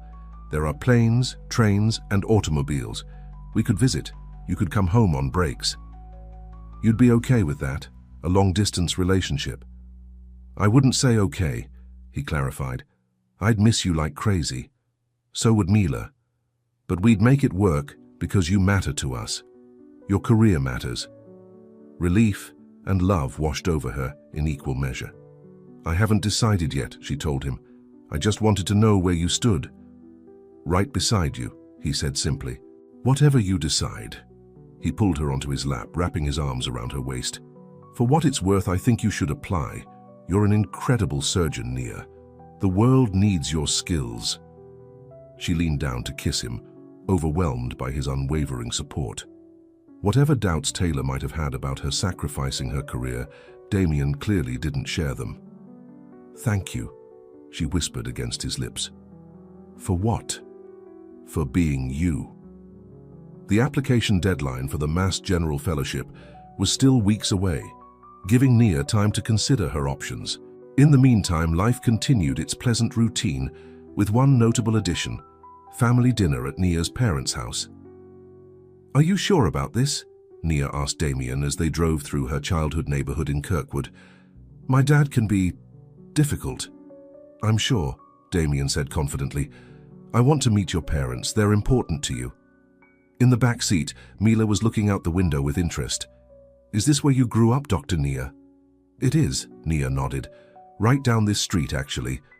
They pulled up in front of a well-maintained brick ranch house with neatly trimmed hedges and a small garden of summer flowers.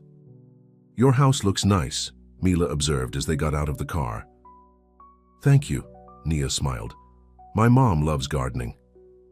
Before they reached the front door, it swung open to reveal Evelyn Coleman, a warm-smiled woman in her 60s with the same deep brown eyes as her daughter. There you are, she exclaimed, rushing forward to embrace Nia. I've been watching for you. Hi, Mom, Nia said, returning the hug. This is Damien Voss and his daughter Mila. Evelyn turned to them with a welcoming smile. It's so wonderful to finally meet you both. Nia has told me so much about you. All good things, I hope, Damien replied, shaking her hand. The best, Evelyn assured him. She knelt down to Mila's level. And you must be the young lady who wants to be a doctor, Mila nodded shyly. Like Dr. Nia. Well, I think that's a wonderful goal, Evelyn said. I have some fresh-baked cookies inside that need a taste tester. Would you like to help with that important job? Mila's shyness disappeared immediately. Yes, please. As they entered the house, Nia looked around for her father. Where's Dad? In his study, Evelyn replied, her smile dimming slightly. He'll be out soon. To Damien, she added, My husband is a bit set in his ways, but don't let that fool you. His bark is worse than his bite. Damien nodded understandingly. Don't worry, Mrs. Coleman. I'm used to tough negotiations. Please call me Evelyn, she insisted, leading them into the living room. Now, can I get anyone something to drink? Iced tea? Lemonade? While Evelyn took Mila to the kitchen for cookies, Nia gave Damien a quick tour of the living room, pointing out family photos and childhood mementos. You were cute, he observed, looking at a picture of teenage Nia in a science fair uniform. National Science Competition finalist? Second place, Nia nodded. My project was on neural regeneration in salamanders. Of course it was, Damien laughed. Already planning your future in neuroscience. The sound of a door opening down the hall drew their attention. James Coleman, a tall man with salt and pepper hair and a serious expression, entered the living room. "Dad," Nia said, a hint of tension in her voice. "This is Damien Voss. Damien, my father, James Coleman." The two men sized each other up for a moment before shaking hands. "Mr. Coleman," Damien said respectfully, "it's a pleasure to meet you. Nia speaks highly of you." "Does she now?" James raised an eyebrow, looking at his daughter. "That's surprising, given our differences of opinion." "Dad," Nia warned quietly. "It's just an observation," James said, moving to sit in his favorite armchair. "So, Mr. Voss, Nia tells us you're in real estate development." "That's right," Damien confirmed, sitting on the couch beside Nia. "My company specializes in mixed-use developments. Actually, we're working on a project right here in Kirkwood." "The old factory site on Hosea Williams?" James asked, showing a spark of interest. "Exactly," Damien nodded. "We're converting it into retail space with apartments above. Keeping the original facade, of course. The neighborhood's history is important." James seemed to approve of this answer. "Too many developers come in and tear down everything without regard for what was there before." "I agree," Damien said. "A neighborhood's character is what makes it special. You can't just bulldoze that and expect to build something better." The conversation continued, with James asking pointed questions about Damien's business, his background, his plans for the future. Nia watched with a mixture of anxiety and pride as Damien handled each question with ease, never getting defensive or trying too hard to impress. When Evelyn and Mila returned with a plate of cookies, the atmosphere lightened considerably. "Mr. Coleman," Mila said, approaching James with a cookie in hand. "Do you want one? Mrs. Evelyn and I picked the best ones."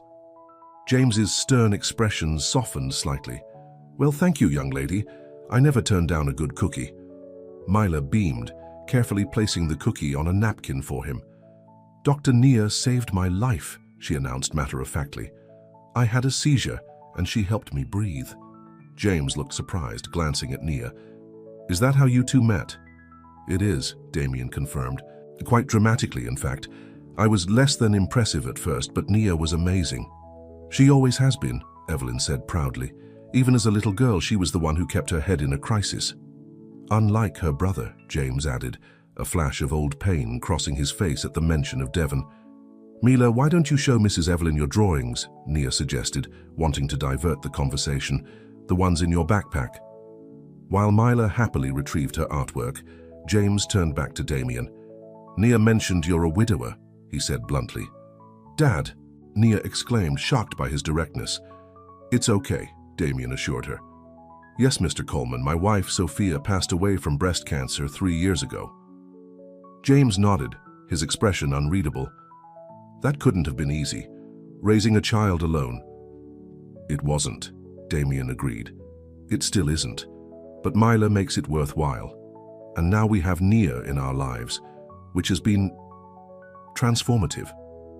James studied Damien for a moment longer, then gave a short nod, as if he'd come to some conclusion. "Dinner should be ready soon," he said, rising from his chair. "I'll go check on things." Once he was out of earshot, Nia turned to Damien. "I'm so sorry about that. He has no filter sometimes." "Don't apologize," Damien said, taking her hand. "He's protective of you, I respect that. Still, he didn't need to bring up Sophia like that." "Actually, I'm glad he did," Damien replied thoughtfully. "It shows he's not afraid to address the elephant in the room. I'd rather have everything out in the open." Nia looked at him with amazement. "How are you so perfect?" He laughed. "Far from it. But I do know that parents just want what's best for their children. Your dad is trying to figure out if I'm what's best for you. And my mom is trying to figure out if you like her pot roast," Nia added, as Evelyn called them to dinner. The meal went surprisingly well. James remained reserved but civil, asking Damien about his business plans and nodding approvingly at the answers. Evelyn kept the conversation flowing, asking about Mila's school and interests, sharing stories about Nia as a child that made her daughter blush. "Did you know," Evelyn told Mila, "that Nia used to perform surgeries on her dolls?" She'd cut them open and then stitched them back up with her father's fishing line. Really? Mila looked at Nia with awe. Did they get better? Most of them, Nia laughed, though I think Barbie never quite recovered from her open heart procedure. As they were finishing dessert, a homemade peach cobbler that Damien praised enthusiastically, James cleared his throat. Nia tells us you've been seeing each other for a few months now, he said to Damien. Yes, sir, Damien nodded. Since March. And she's living with you? The question had an edge to it. Dad, Nia began, but Damien placed a gentle hand on her arm. Yes, she is, he confirmed, meeting James's gaze steadily. Though she's keeping her apartment for now given its proximity to the hospital. James seemed to consider this. When I was growing up, people got married before they lived together. Times change, Dad, Nia said tensely. They do, James acknowledged, but some values shouldn't. He turned back to Damien. What are your intentions toward my daughter, Mr. Voss? James, Evelyn exclaimed. That's not... It's all right, Damien assured her. To James, he said, My intentions are honorable, Mr. Coleman. I love your daughter. She's brought joy back into my life, into Mila's life, in a way I didn't think possible after losing Sophia. I want to build a future with her if she'll have me. The simple declaration hung in the air. Nia felt her heart racing, overwhelmed by his words. They had never explicitly said, I love you to each other, though she had felt it growing between them for weeks. James studied Damien for a long moment, then gave a short nod. Good, he said simply. That's what I wanted to hear. Later, as they were preparing to leave, James took Nia aside while Evelyn was showing Mila her garden. He seems like a good man, James said quietly. He is, Nia affirmed, surprised by her father's concession. Better than that doctor you were seeing before. The arrogant one. Marcus, Nia supplied. And yes, Damien is much better. James was quiet for a moment, then said, Your brother would have liked him. The unexpected mention of Devon caught Nia off guard. Her father rarely spoke of him. You think so? I know so, James nodded. Devon always said you needed someone who could match your intelligence, but wouldn't try to compete with it. Someone who would appreciate you for who you are, not what you could do for them. Tears pricked at Nia's eyes. I didn't know he said that. He was protective of you, James said, his voice gruff with emotion. We both were, still are. Nia understood then that her father's questioning of Damien, his occasional disapproval of her choices, it all stemmed from the same place, fear of losing her as he had lost Devon. I'm okay, Dad, she said softly. I'm happy. James nodded, clearing his throat. Good. That's all a father wants for his daughter. When they finally said their goodbyes, with promises to return soon, Nia felt a weight lifted from her shoulders. The evening had gone better than she'd dared to hope. In the car, with Mila already half asleep in the back seat, Damien reached over to take Nia's hand. Your parents are great, he said. Your mom reminds me of you, that same quiet strength. And my dad, Nia asked wryly, is exactly what I expected. Protective, a little stern, but with a good heart underneath. He squeezed her hand. Thank you for introducing us.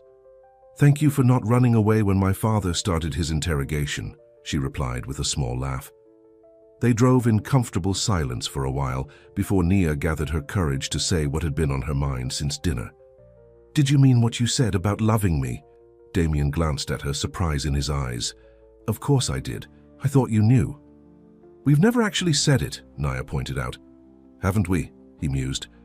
That seems like an oversight on my part. He brought her hand to his lips, kissing it gently. I love you, Nia Coleman.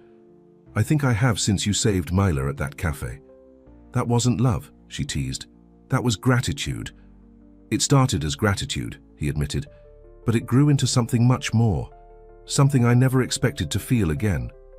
Nia's heart felt full to bursting. I love you too, she said softly. You and Mila both. From the back seat came a sleepy voice.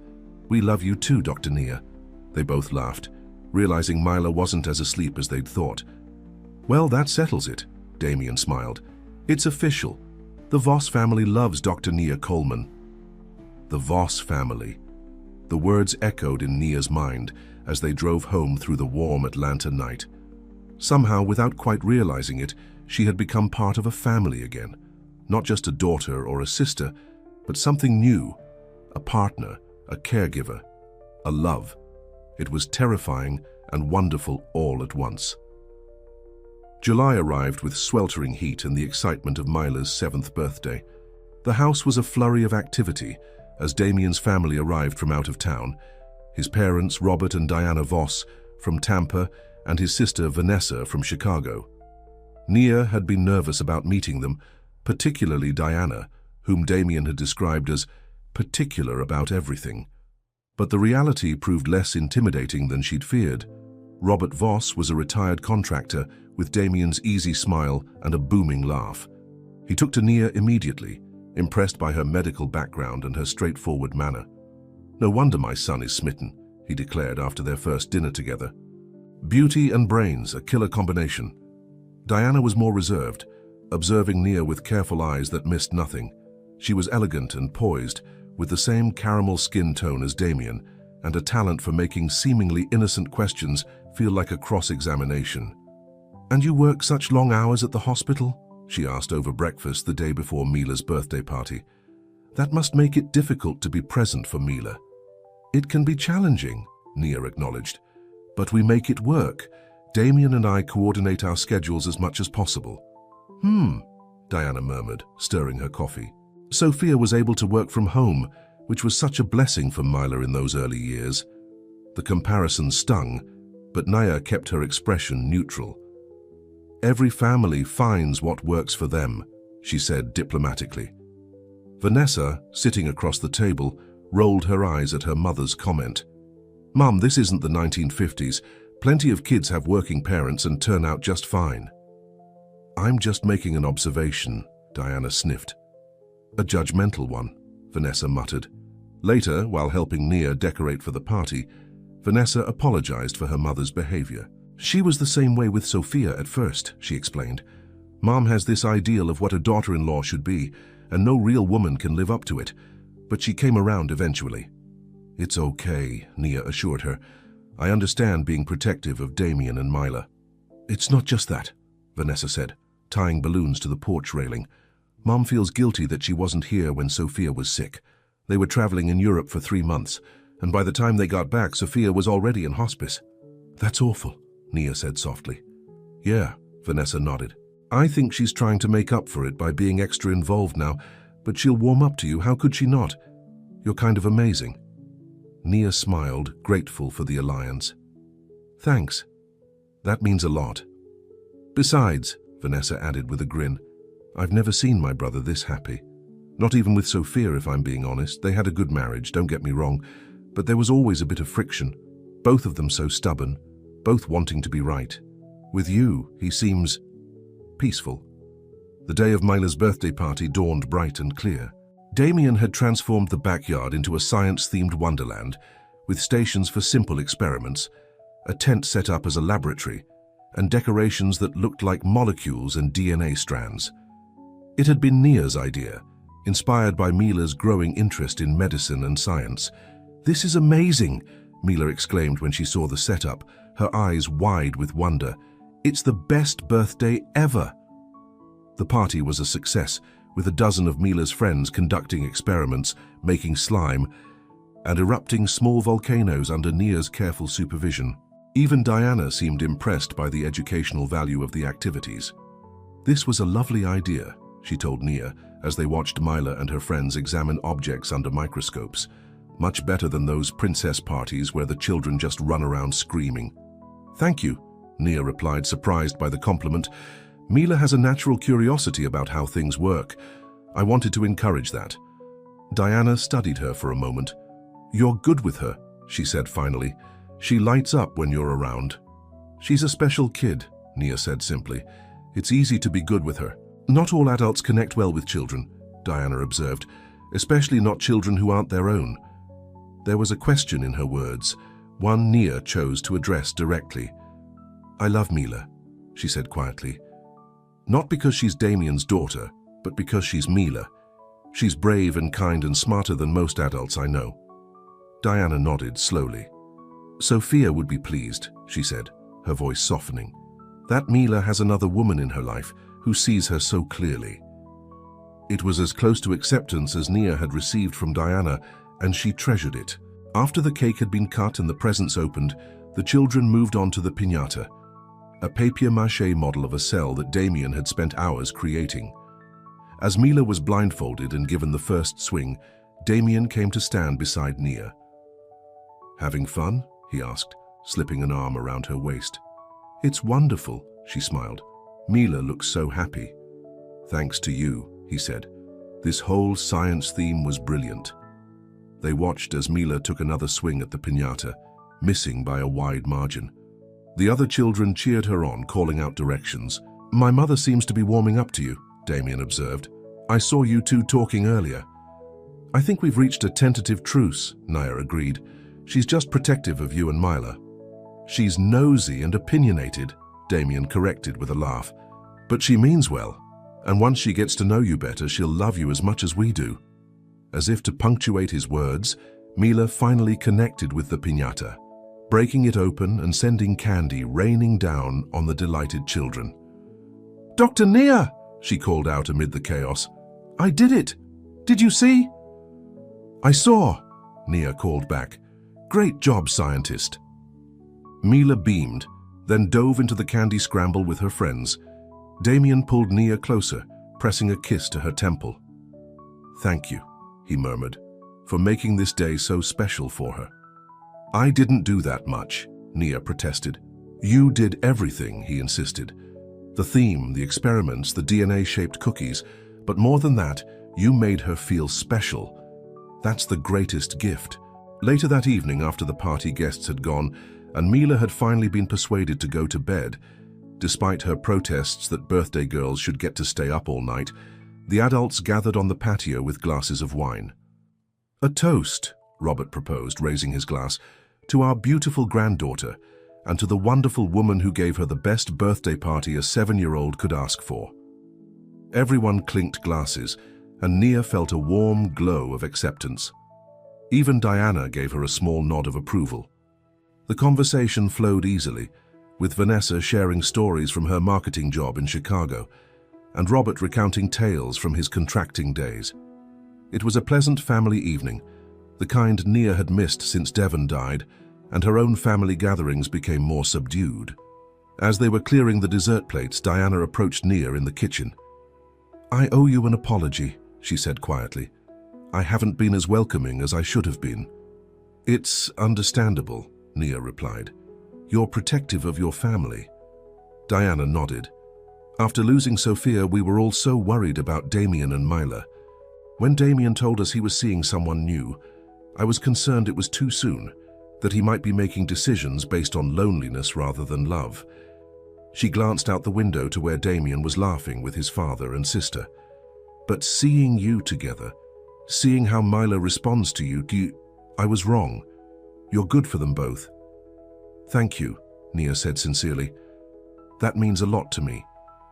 Diana hesitated, then added, "There's one more thing. Sophia made videos for Mila." "For her birthdays," Nia nodded. "Damien told me." "Yes. Mila will watch this year's video tomorrow morning. It's always emotional for everyone. I just wanted you to be prepared." Nia appreciated the warning. "Thank you for telling me. I'll be there for them, however they need me to be." Diana squeezed her arm gently, a gesture of unexpected solidarity. "I think you will, and that's exactly what they need." The next morning, Nia woke early, giving Damien and Mila space for their private birthday ritual. She busied herself in the kitchen, making Mila's favorite birthday breakfast, chocolate chip pancakes, while the rest of the family slept in. When Damien and Mila emerged from his study an hour later, both had red-rimmed eyes but peaceful expressions. Mila ran to Nia and hugged her tightly around the waist. "Mommy said to be brave and kind," she said, her face pressed against Nia's stomach. "Like you." Nia's heart clenched with emotion. "Your mommy was very wise," she managed, stroking Mila's curly hair. "And you're the bravest, kindest person I know." Over Mila's head, Nia met Damien's gaze. His eyes held a mixture of grief and gratitude, the complex emotions of a man honoring his past while embracing his future. The rest of the day was more subdued than the party had been, but still joyful. They took Mila to the aquarium, her choice, and marveled at the sea creatures together. Nia found herself between Diana and Vanessa for much of the visit, the three women bonding over Mila's excitement and Robert's terrible fish puns. By the time Damien's family left the following day, Nia felt fully integrated into the Voss family circle. Even Diana hugged her goodbye, whispering, "Take care of them for us." "I will," Nia promised. "Always." August brought a heatwave to Atlanta and a critical decision point for Nia. The application deadline for the Mass General Fellowship was approaching, and she still hadn't decided whether to apply. "You should do it," Damien encouraged one evening as they sat on the patio, watching Mila play with the sprinkler in the yard. "It's an amazing opportunity." "But a year in Boston," Nia sighed. "Away from you and Mila. I don't know if I can do that." "Listen," Damien said, turning to face her. "I've been thinking about this. What if it wasn't a year apart?" "What do you mean?" "What if we came with you?" he suggested. "I can work from anywhere. Most of my business is handled remotely anyway, and there are good schools in Boston for Mila." Nia stared at him, stunned by the offer. "You'd do that? Uproot your lives for a year?" "For you?" "Yes," he said simply. "We're a family now, Nia. Where you go, we go." "But your business, your projects here in Atlanta, can be managed by my team," he finished for her. "I've been thinking about expanding to the Northeast anyway. This could be the perfect opportunity." Nia was overwhelmed by his willingness to adapt his life to her career. It was so different from her relationship with Marcus, who had resented every hour she spent at the hospital instead of with him. "Think about it," Damien urged. "Don't say no just because you're worried about us. We'll make it work, whatever you decide." That night, Nia sat at the kitchen table after everyone else had gone to bed, reviewing the fellowship application. It was everything she had ever wanted professionally. A chance to work with the best pediatric neurosurgeons in the country, to conduct groundbreaking research, to advance her career to the highest level. But there was more to life than career advancement. She had learned that over the past few months with Damien and Mila. There was love and family, and the quiet joy of belonging somewhere, to someone. Could she really have both? The next morning, she made her decision. She submitted the application online, attaching her impressive CV and a personal statement that spoke of her commitment to advancing pediatric neurosurgery. Then she called Taylor. "I applied," she said, when her friend answered. "Yes," Taylor cheered through the phone. "I knew you would. You're going to get it, Nia. You're exactly what they're looking for." "There's something else," Nia added. "If I get it, Damien and Mila are coming with me." There was a pause on the line. "He offered that?" Taylor asked, sounding impressed. "He suggested it," Nia confirmed. "Said we're a family now, and where I go, they go." "Wow," Taylor said softly. That's love, Nia. Real love." "I know," Nia replied, her throat tight with emotion. "I didn't think it was possible to be this happy, to have someone support me like this." "You deserve it," Taylor assured her. "After everything with Marcus and the way you've worked so hard, you deserve a partner who sees your value." That evening, when Nia told Damien she had submitted the application, his face lit up with pride. "I'm so glad," he said, pulling her into his arms. "You're going to blow them away." "It's still a long shot," she cautioned. "The competition is fierce." "Then they'll be lucky to have you," he said confidently, "and so will Boston for a year." Mila was equally supportive when they explained the possibility to her. "Will there be snow in Boston?" she asked, her eyes wide with excitement. "I've never seen real snow." "Lots of snow," Nia assured her, "and great museums and a beautiful harbor with boats." "Can I still go to science camp?" Mila asked, referring to the summer program she loved. "They have science camps in Boston too," Damien promised. "Maybe even better ones." The possibility of the fellowship, of a year in Boston with Damien and Mila by her side, filled Nia with a nervous excitement. It felt like standing on the edge of something wonderful, something that combined her professional ambitions with her personal happiness in a way she had never thought possible. September arrived with a heat wave that made everyone in Atlanta long for fall. Nia was particularly feeling the strain, working long hours in the hospital during a busy trauma season while waiting anxiously for news about the fellowship. They said notifications would go out mid-September, she told Damien one evening as they prepared dinner together. It's already the 10th. They'll call, he assured her, chopping vegetables with practiced ease. And when they do, we'll celebrate. Either way. Nia smiled gratefully. Have I told you lately how amazing you are? Not since this morning, he teased, leaning over to kiss her cheek. But I never tire of hearing it. Their domestic rhythm had become so natural that Nia sometimes had to remind herself it had only been 6 months since that disastrous first coffee date.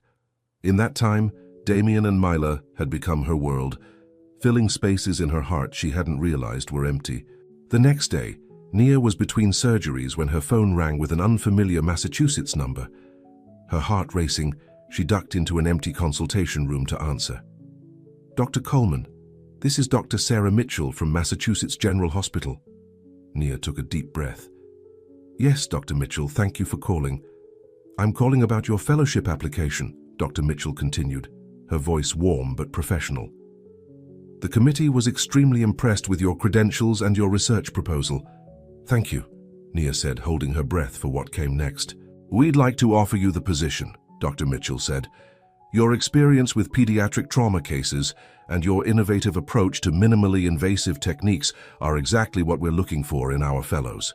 Relief and excitement washed over Nia. Thank you, Dr. Mitchell, I'm honored.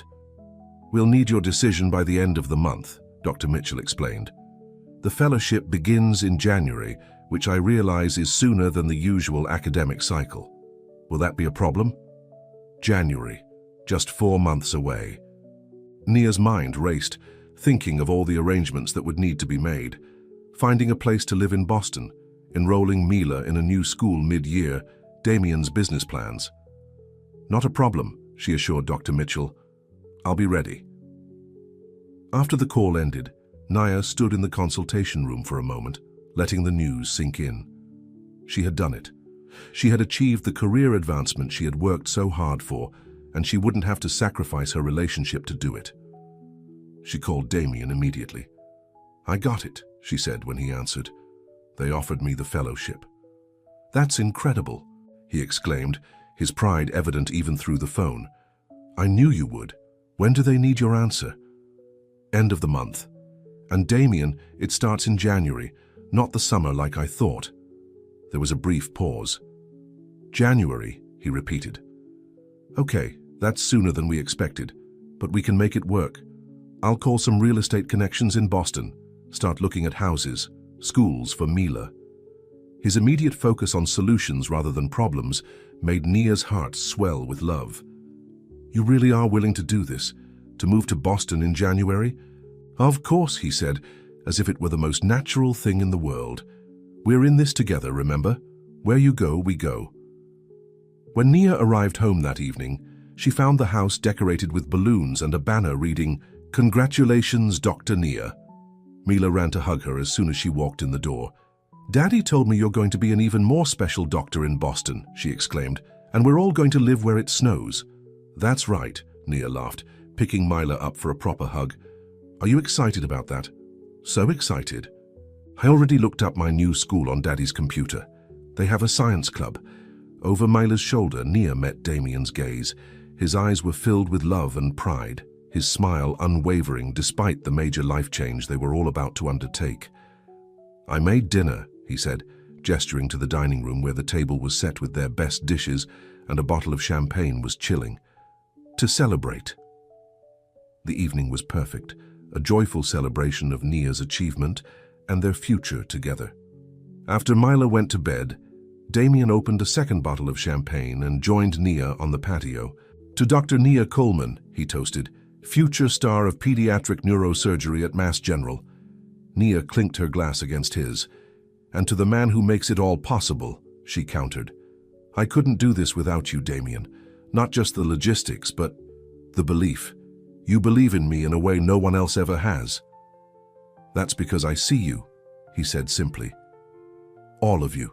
The brilliant surgeon, the compassionate doctor, the woman who reads extra bedtime stories to Mila when she's had a bad day. He took her hand, his expression growing serious. I love every part of you, Nia, and I want to spend the rest of my life showing you just how much. Before Nia could respond, Damien set down his glass and reached into his pocket. Dropping to one knee on the patio, he pulled out a small velvet box. I had planned to do this in Boston, he admitted with a nervous laugh. Something romantic involving snow and twinkling lights, but I can't wait that long. He opened the box to reveal a stunning diamond ring with a simple, elegant setting. Nia Coleman, will you marry me? Nia's breath caught in her throat. Despite the months they had spent building a life together, despite knowing in her heart that this was right, the moment still took her by surprise. Yes, she whispered, tears filling her eyes. Yes, Damien. I will marry you. He slipped the ring onto her finger, a perfect fit, and rose to kiss her, a kiss full of promise and future and love so deep it made her knees weak. When they finally broke apart, Damien rested his forehead against hers. I've been carrying that ring for weeks, he confessed, waiting for the perfect moment, and then tonight seeing you so happy, so fulfilled, I knew I couldn't wait any longer. It was the perfect moment, Nia assured him, admiring the way the diamond caught the light from the patio lanterns. Perfect, because it's us, together, facing whatever comes next. Boston first, Damien smiled. Then the world. The next 2 weeks were a whirlwind of activity. Nia formally accepted the fellowship position, while Damien worked with real estate agents in Boston to find them a suitable home. They decided on a charming 3-bedroom house in Brookline, close to good schools for Mila and with an easy commute to the hospital for Nia. Damien's business partners were supportive of his plans to open a Boston office, seeing it as an opportunity for expansion rather than a disruption. Mila's school arranged for her records to be transferred to her new school, and Mrs. Garcia, though sad to see them go, promised to visit during her spring break. Everything was falling into place perfectly, until it wasn't. Nia was in surgery when her phone started ringing incessantly in her locker. When she finally checked it during a break, she found 6 missed calls from Damien and a text message that made her blood run cold. Call me as soon as you can. My father had a heart attack. We're at Tampa General. She called him immediately, stepping into an empty stairwell for privacy. Damien, she said when he answered. What happened? He collapsed during his morning walk. Damien's voice was strained, exhausted. Triple bypass surgery. He's stable now, but it was close, Nia. We almost lost him. I'm so sorry, she said, wishing she could be there with him. How's your mom holding up? Not great. She's trying to be strong, but she's terrified. We all are. Nia could hear the fear in his voice, the vulnerability. What can I do? She asked. Do you want me to come down there? No, stay with Mila, he said. I didn't tell her how serious it is, just that Grandpa is sick, and I needed to go help Grandma. Of course, Mrs. Garcia is staying the night? Yes, she'll be there until I get back. I don't know when that will be, Nia. Dad's going to need help when he's released. Mom can't manage on her own. The implication hung in the air between them. Robert's recovery would take weeks, if not months. And January, their planned move to Boston, was looming. We'll figure it out, Nia assured him, though a knot of anxiety was forming in her stomach. One day at a time, okay? For now, just focus on your dad and Mom. Mila and I will be fine. I love you, Damien said, his voice cracking slightly. I don't know what I'd do without you. I love you too, Nia replied softly. Call me with updates, okay? Anytime, day or night. After hanging up, Nia leaned against the stairwell wall, trying to process what this might mean for their plans. Robert's heart attack changed everything. Damien would never leave his parents to move to Boston while his father was recovering from major surgery. It would be unthinkable, which meant, what? That she would go to Boston alone, that she would turn down the fellowship. Neither option seemed right. For the rest of her shift, Nia went through the motions, her mind whirling with possibilities and concerns. When she finally got home that evening, she found Mila and Mrs. Garcia making cookies in the kitchen. "Dr. Nia," Mila exclaimed, running to hug her. "We're making cookies to send to Grandpa. Daddy says he's sick." "That's a wonderful idea," Nia smiled, hugging her back. "Grandpa will love that." After getting Mila to bed, with extra reassurances that her grandfather would be fine, Nia called Damien for an update. "The surgery went well," he told her, "but the recovery is going to be long and complicated. Dad has diabetes, which makes everything harder." "What are the doctors saying about his prognosis?" Nia asked, her medical training kicking in.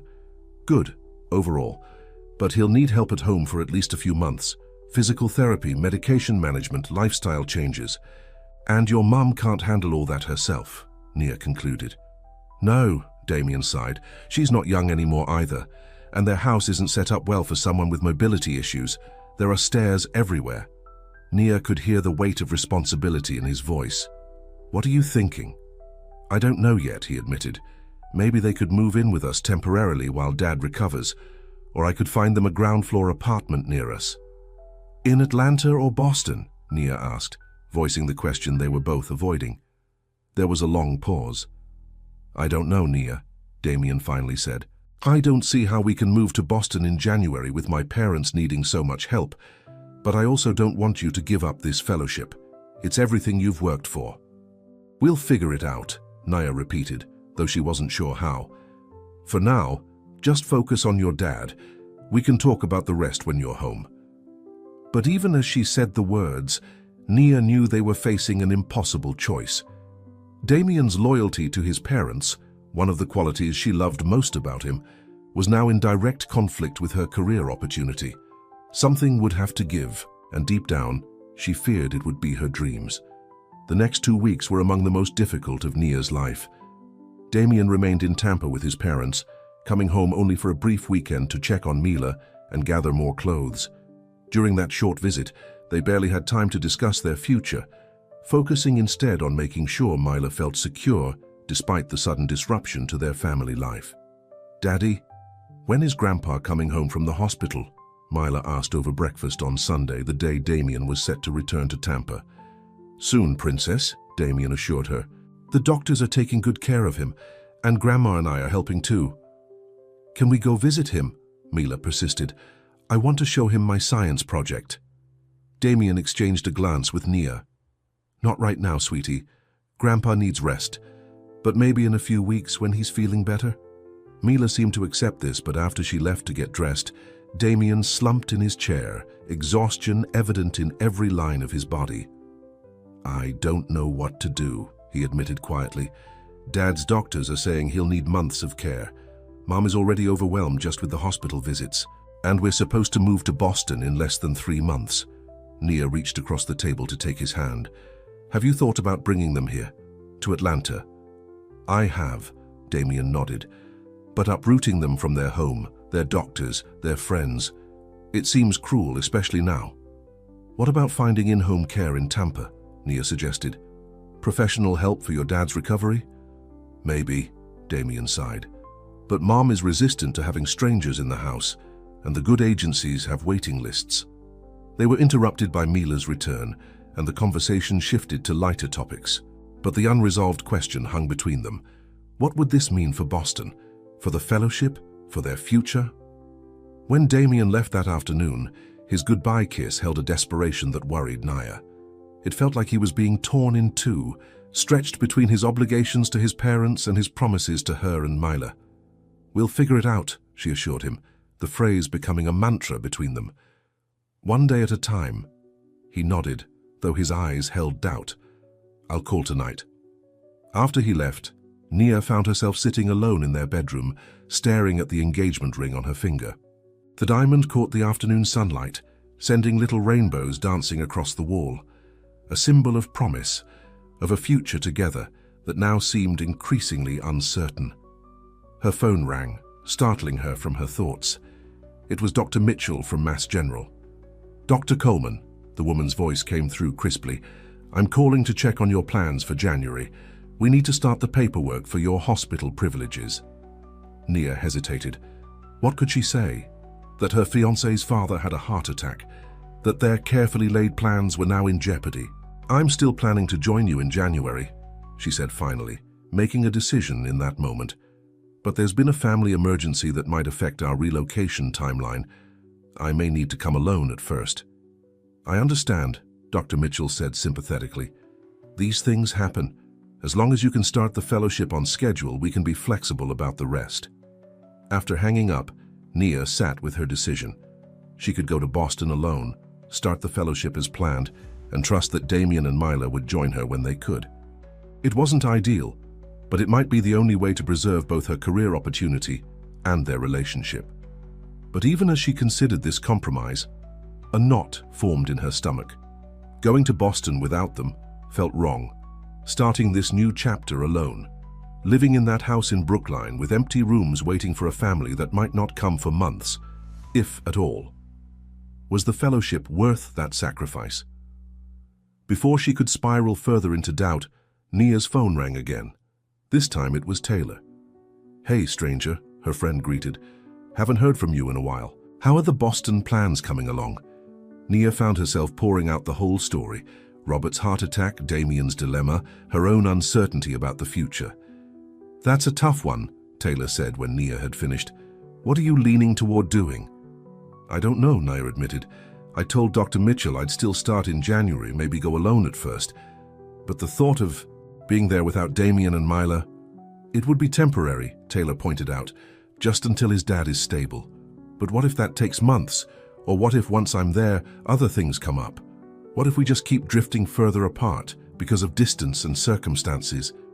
Taylor was quiet for a moment. "Can I ask you something? And I want you to be really honest with yourself. Of course, if you had to choose, really had to choose, between the fellowship and your life with Damien and Mila, which would you pick?" The question hit Nia like a physical blow. "That's not fair," she protested. "I shouldn't have to choose." "No, you shouldn't," Taylor agreed. "But life isn't always fair. Sometimes we do have to choose. So if you had to, just hypothetically, what would matter more to you?" Nia closed her eyes, forcing herself to imagine both scenarios. A life in Boston, achieving her professional dreams but potentially losing the family she had come to love. Or a life in Atlanta, with Damien and Mila, perhaps sacrificing the career advancement she had worked so hard for. "Them," she whispered, surprising herself with the certainty in her voice. "I would choose them." "Then I think you have your answer," Taylor said gently, "even if you don't have to make that exact choice right now." After they hung up, Nia sat with this revelation. She, who had always put her career first, who had organized her entire life around her professional goals, would choose love over ambition. It wasn't a choice she had ever expected to make, or want to make. But the heart, it seemed, had its own priorities.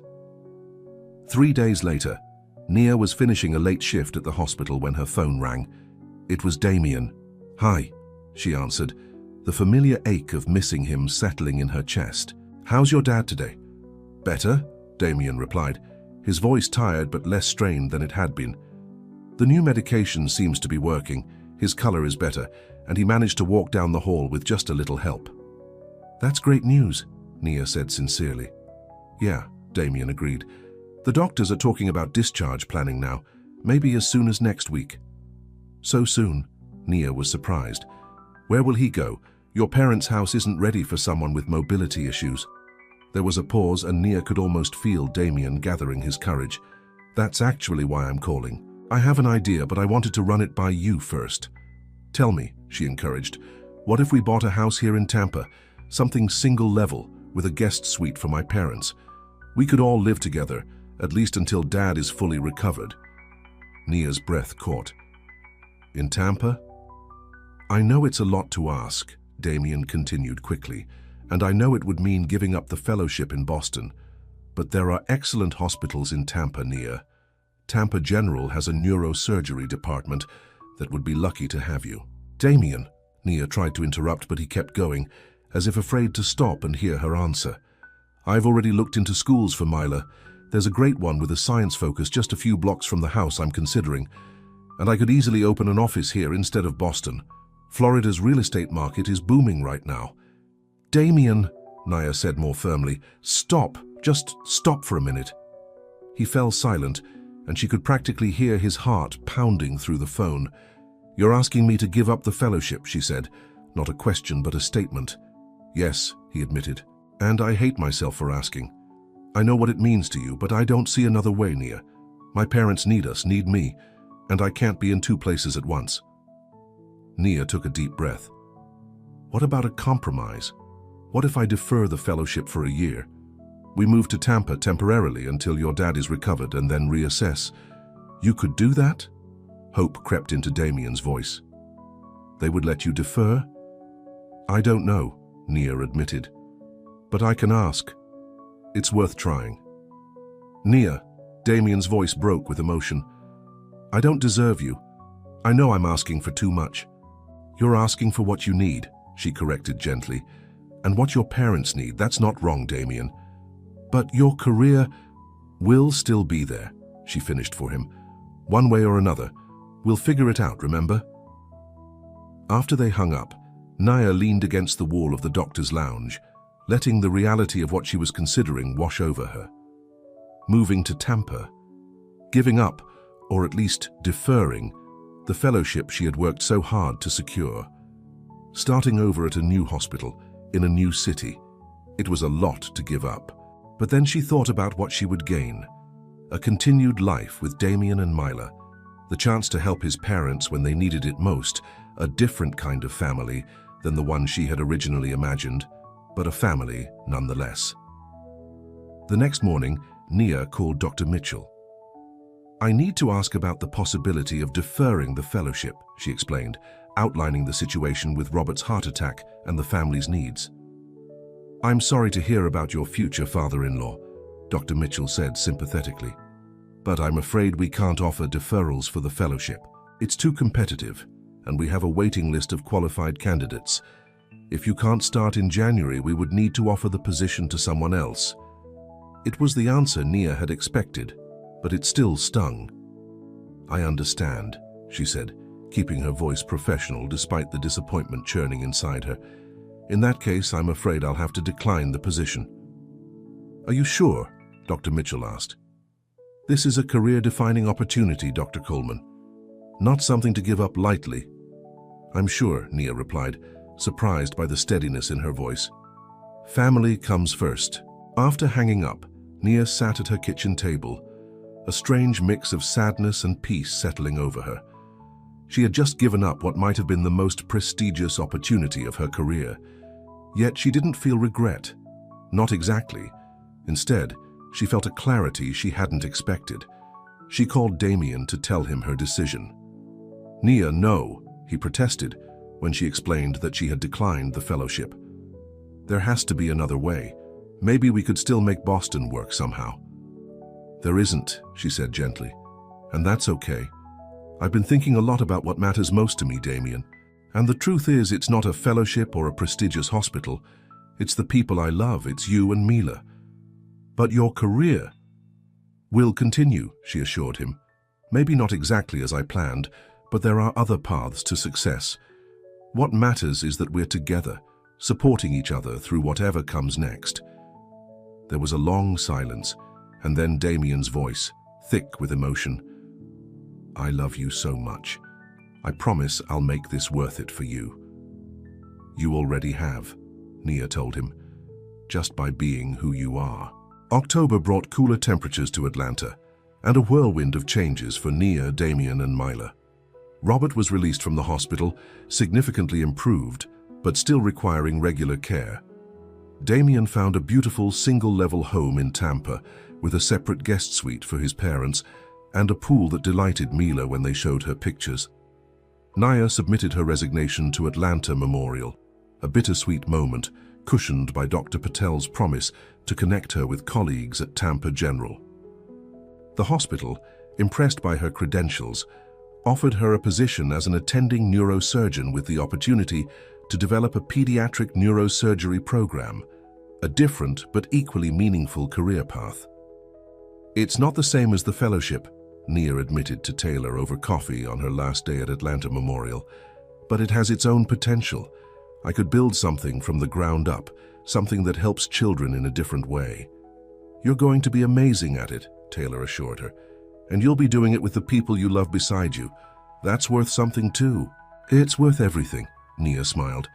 I never thought I'd say this, but it turns out my heart is smarter than my mind sometimes. Taylor raised her coffee cup in a toast.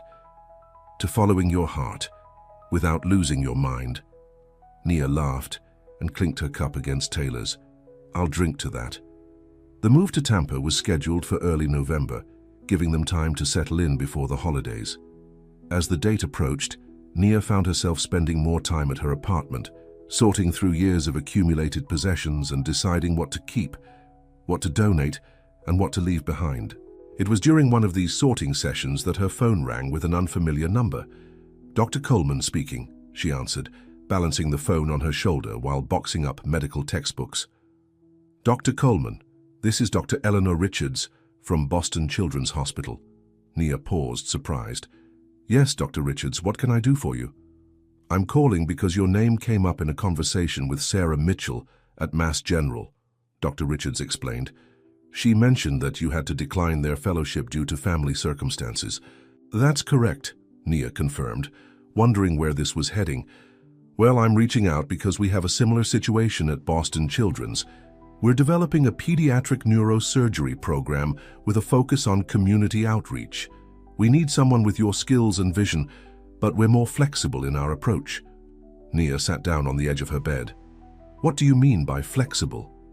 We understand that medicine isn't the only commitment in a physician's life, Dr. Richards said. Family matters too. We're looking for a consulting relationship initially, something that could be done largely remotely, with quarterly visits to Boston.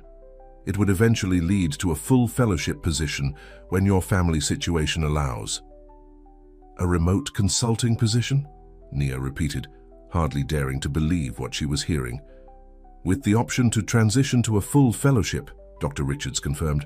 We'd want you in Boston eventually, of course, but we're willing to work with your timeline. Nia's mind raced. A remote position would allow her to move to Tampa with Damien and Mila to be there for Robert's recovery, while still maintaining a connection to the prestigious Boston medical community. And when the time was right, when Robert was fully recovered, they could still make the move to Boston. I'm very interested, she told Dr. Richards. Could you send me more details about the position? Of course, Dr. Richards agreed. I'll email you everything today. And Dr. Coleman, this offer came about because Dr. Mitchell spoke so highly of you. She said you were someone who understood that being a great doctor means having your priorities straight, and that sometimes family comes first. After hanging up, Nia sat in stunned silence for several minutes.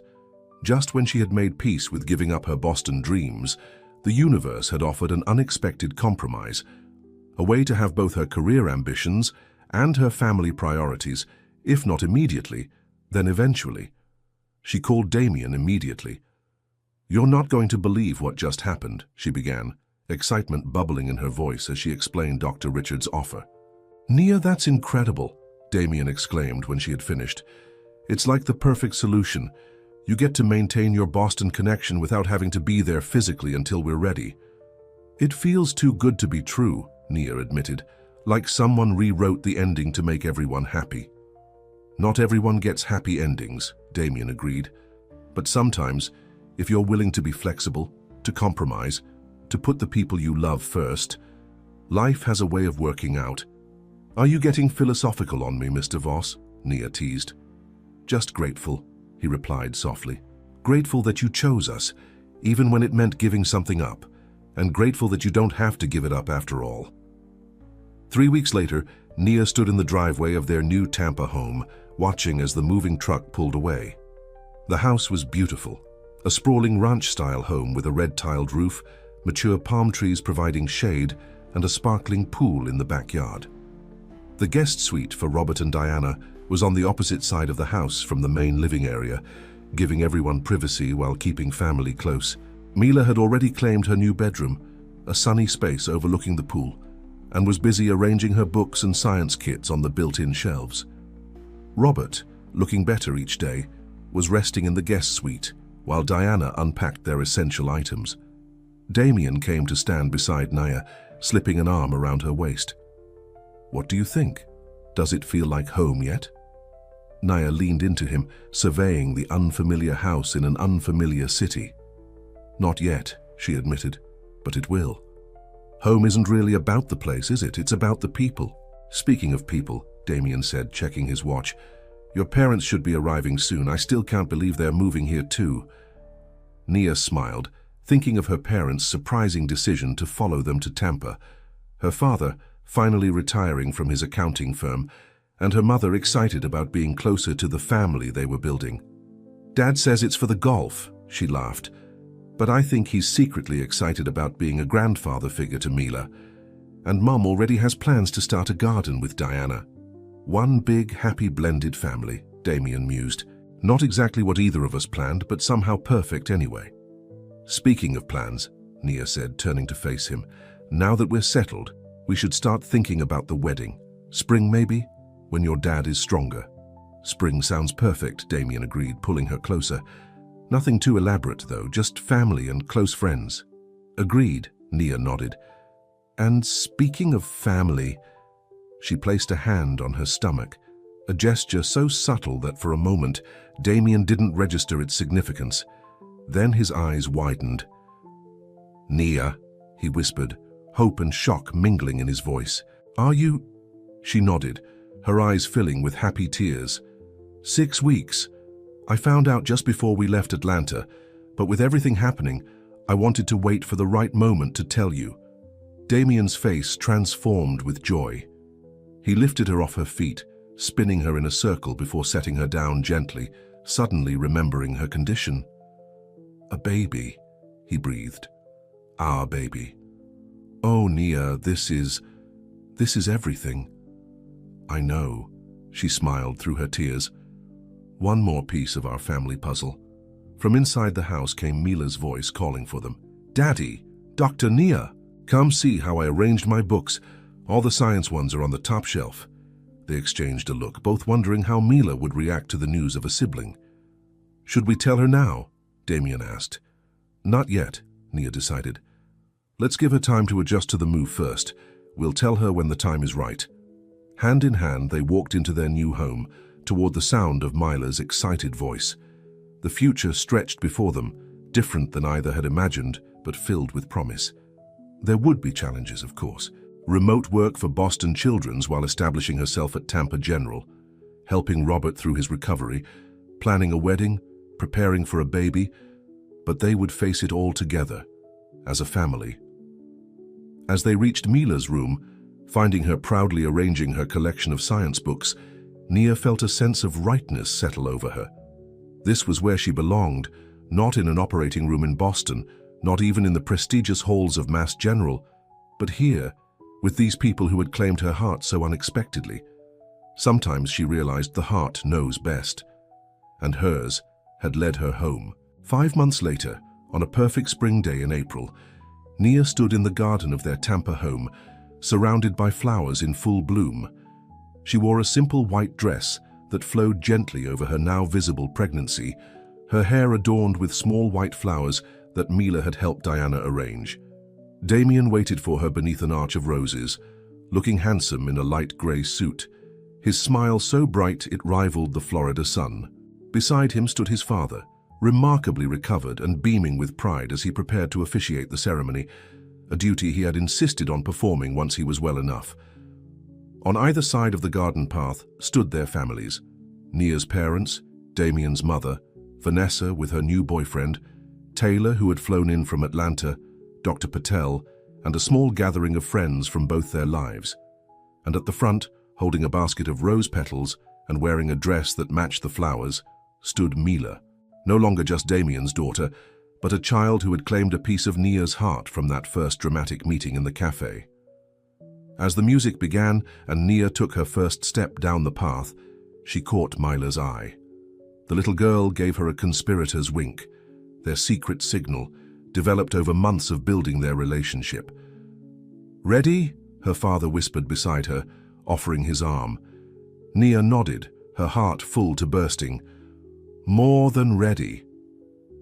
With each step toward Damien, toward the future they would build together, Nia reflected on the journey that had brought her here.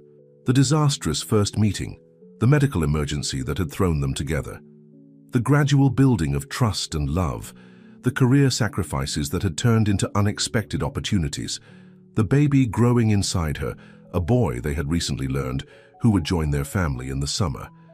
Life hadn't gone according to her carefully constructed plan. It had gone better. As she reached Damien and placed her hand in his, as Robert began the ceremony with words about love and commitment and family, Nia knew with absolute certainty that she had made the right choice, not just for Damien and Mila, but for herself. In choosing love, she had found a fuller version of herself, still the brilliant surgeon, still the dedicated doctor, but now also a partner, a mother figure, soon to be a wife and a birth mother.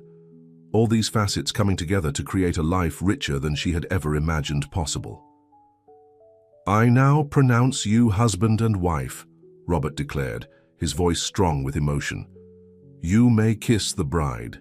As Damien's lips met hers, sealing their vows with a kiss filled with promise, Nia felt Mila's small hand slip into hers. The three of them, soon to be four, connected in that perfect moment. Family, home, love, everything she hadn't known she needed until it found her. Her heart, it seemed, had known all along. The end,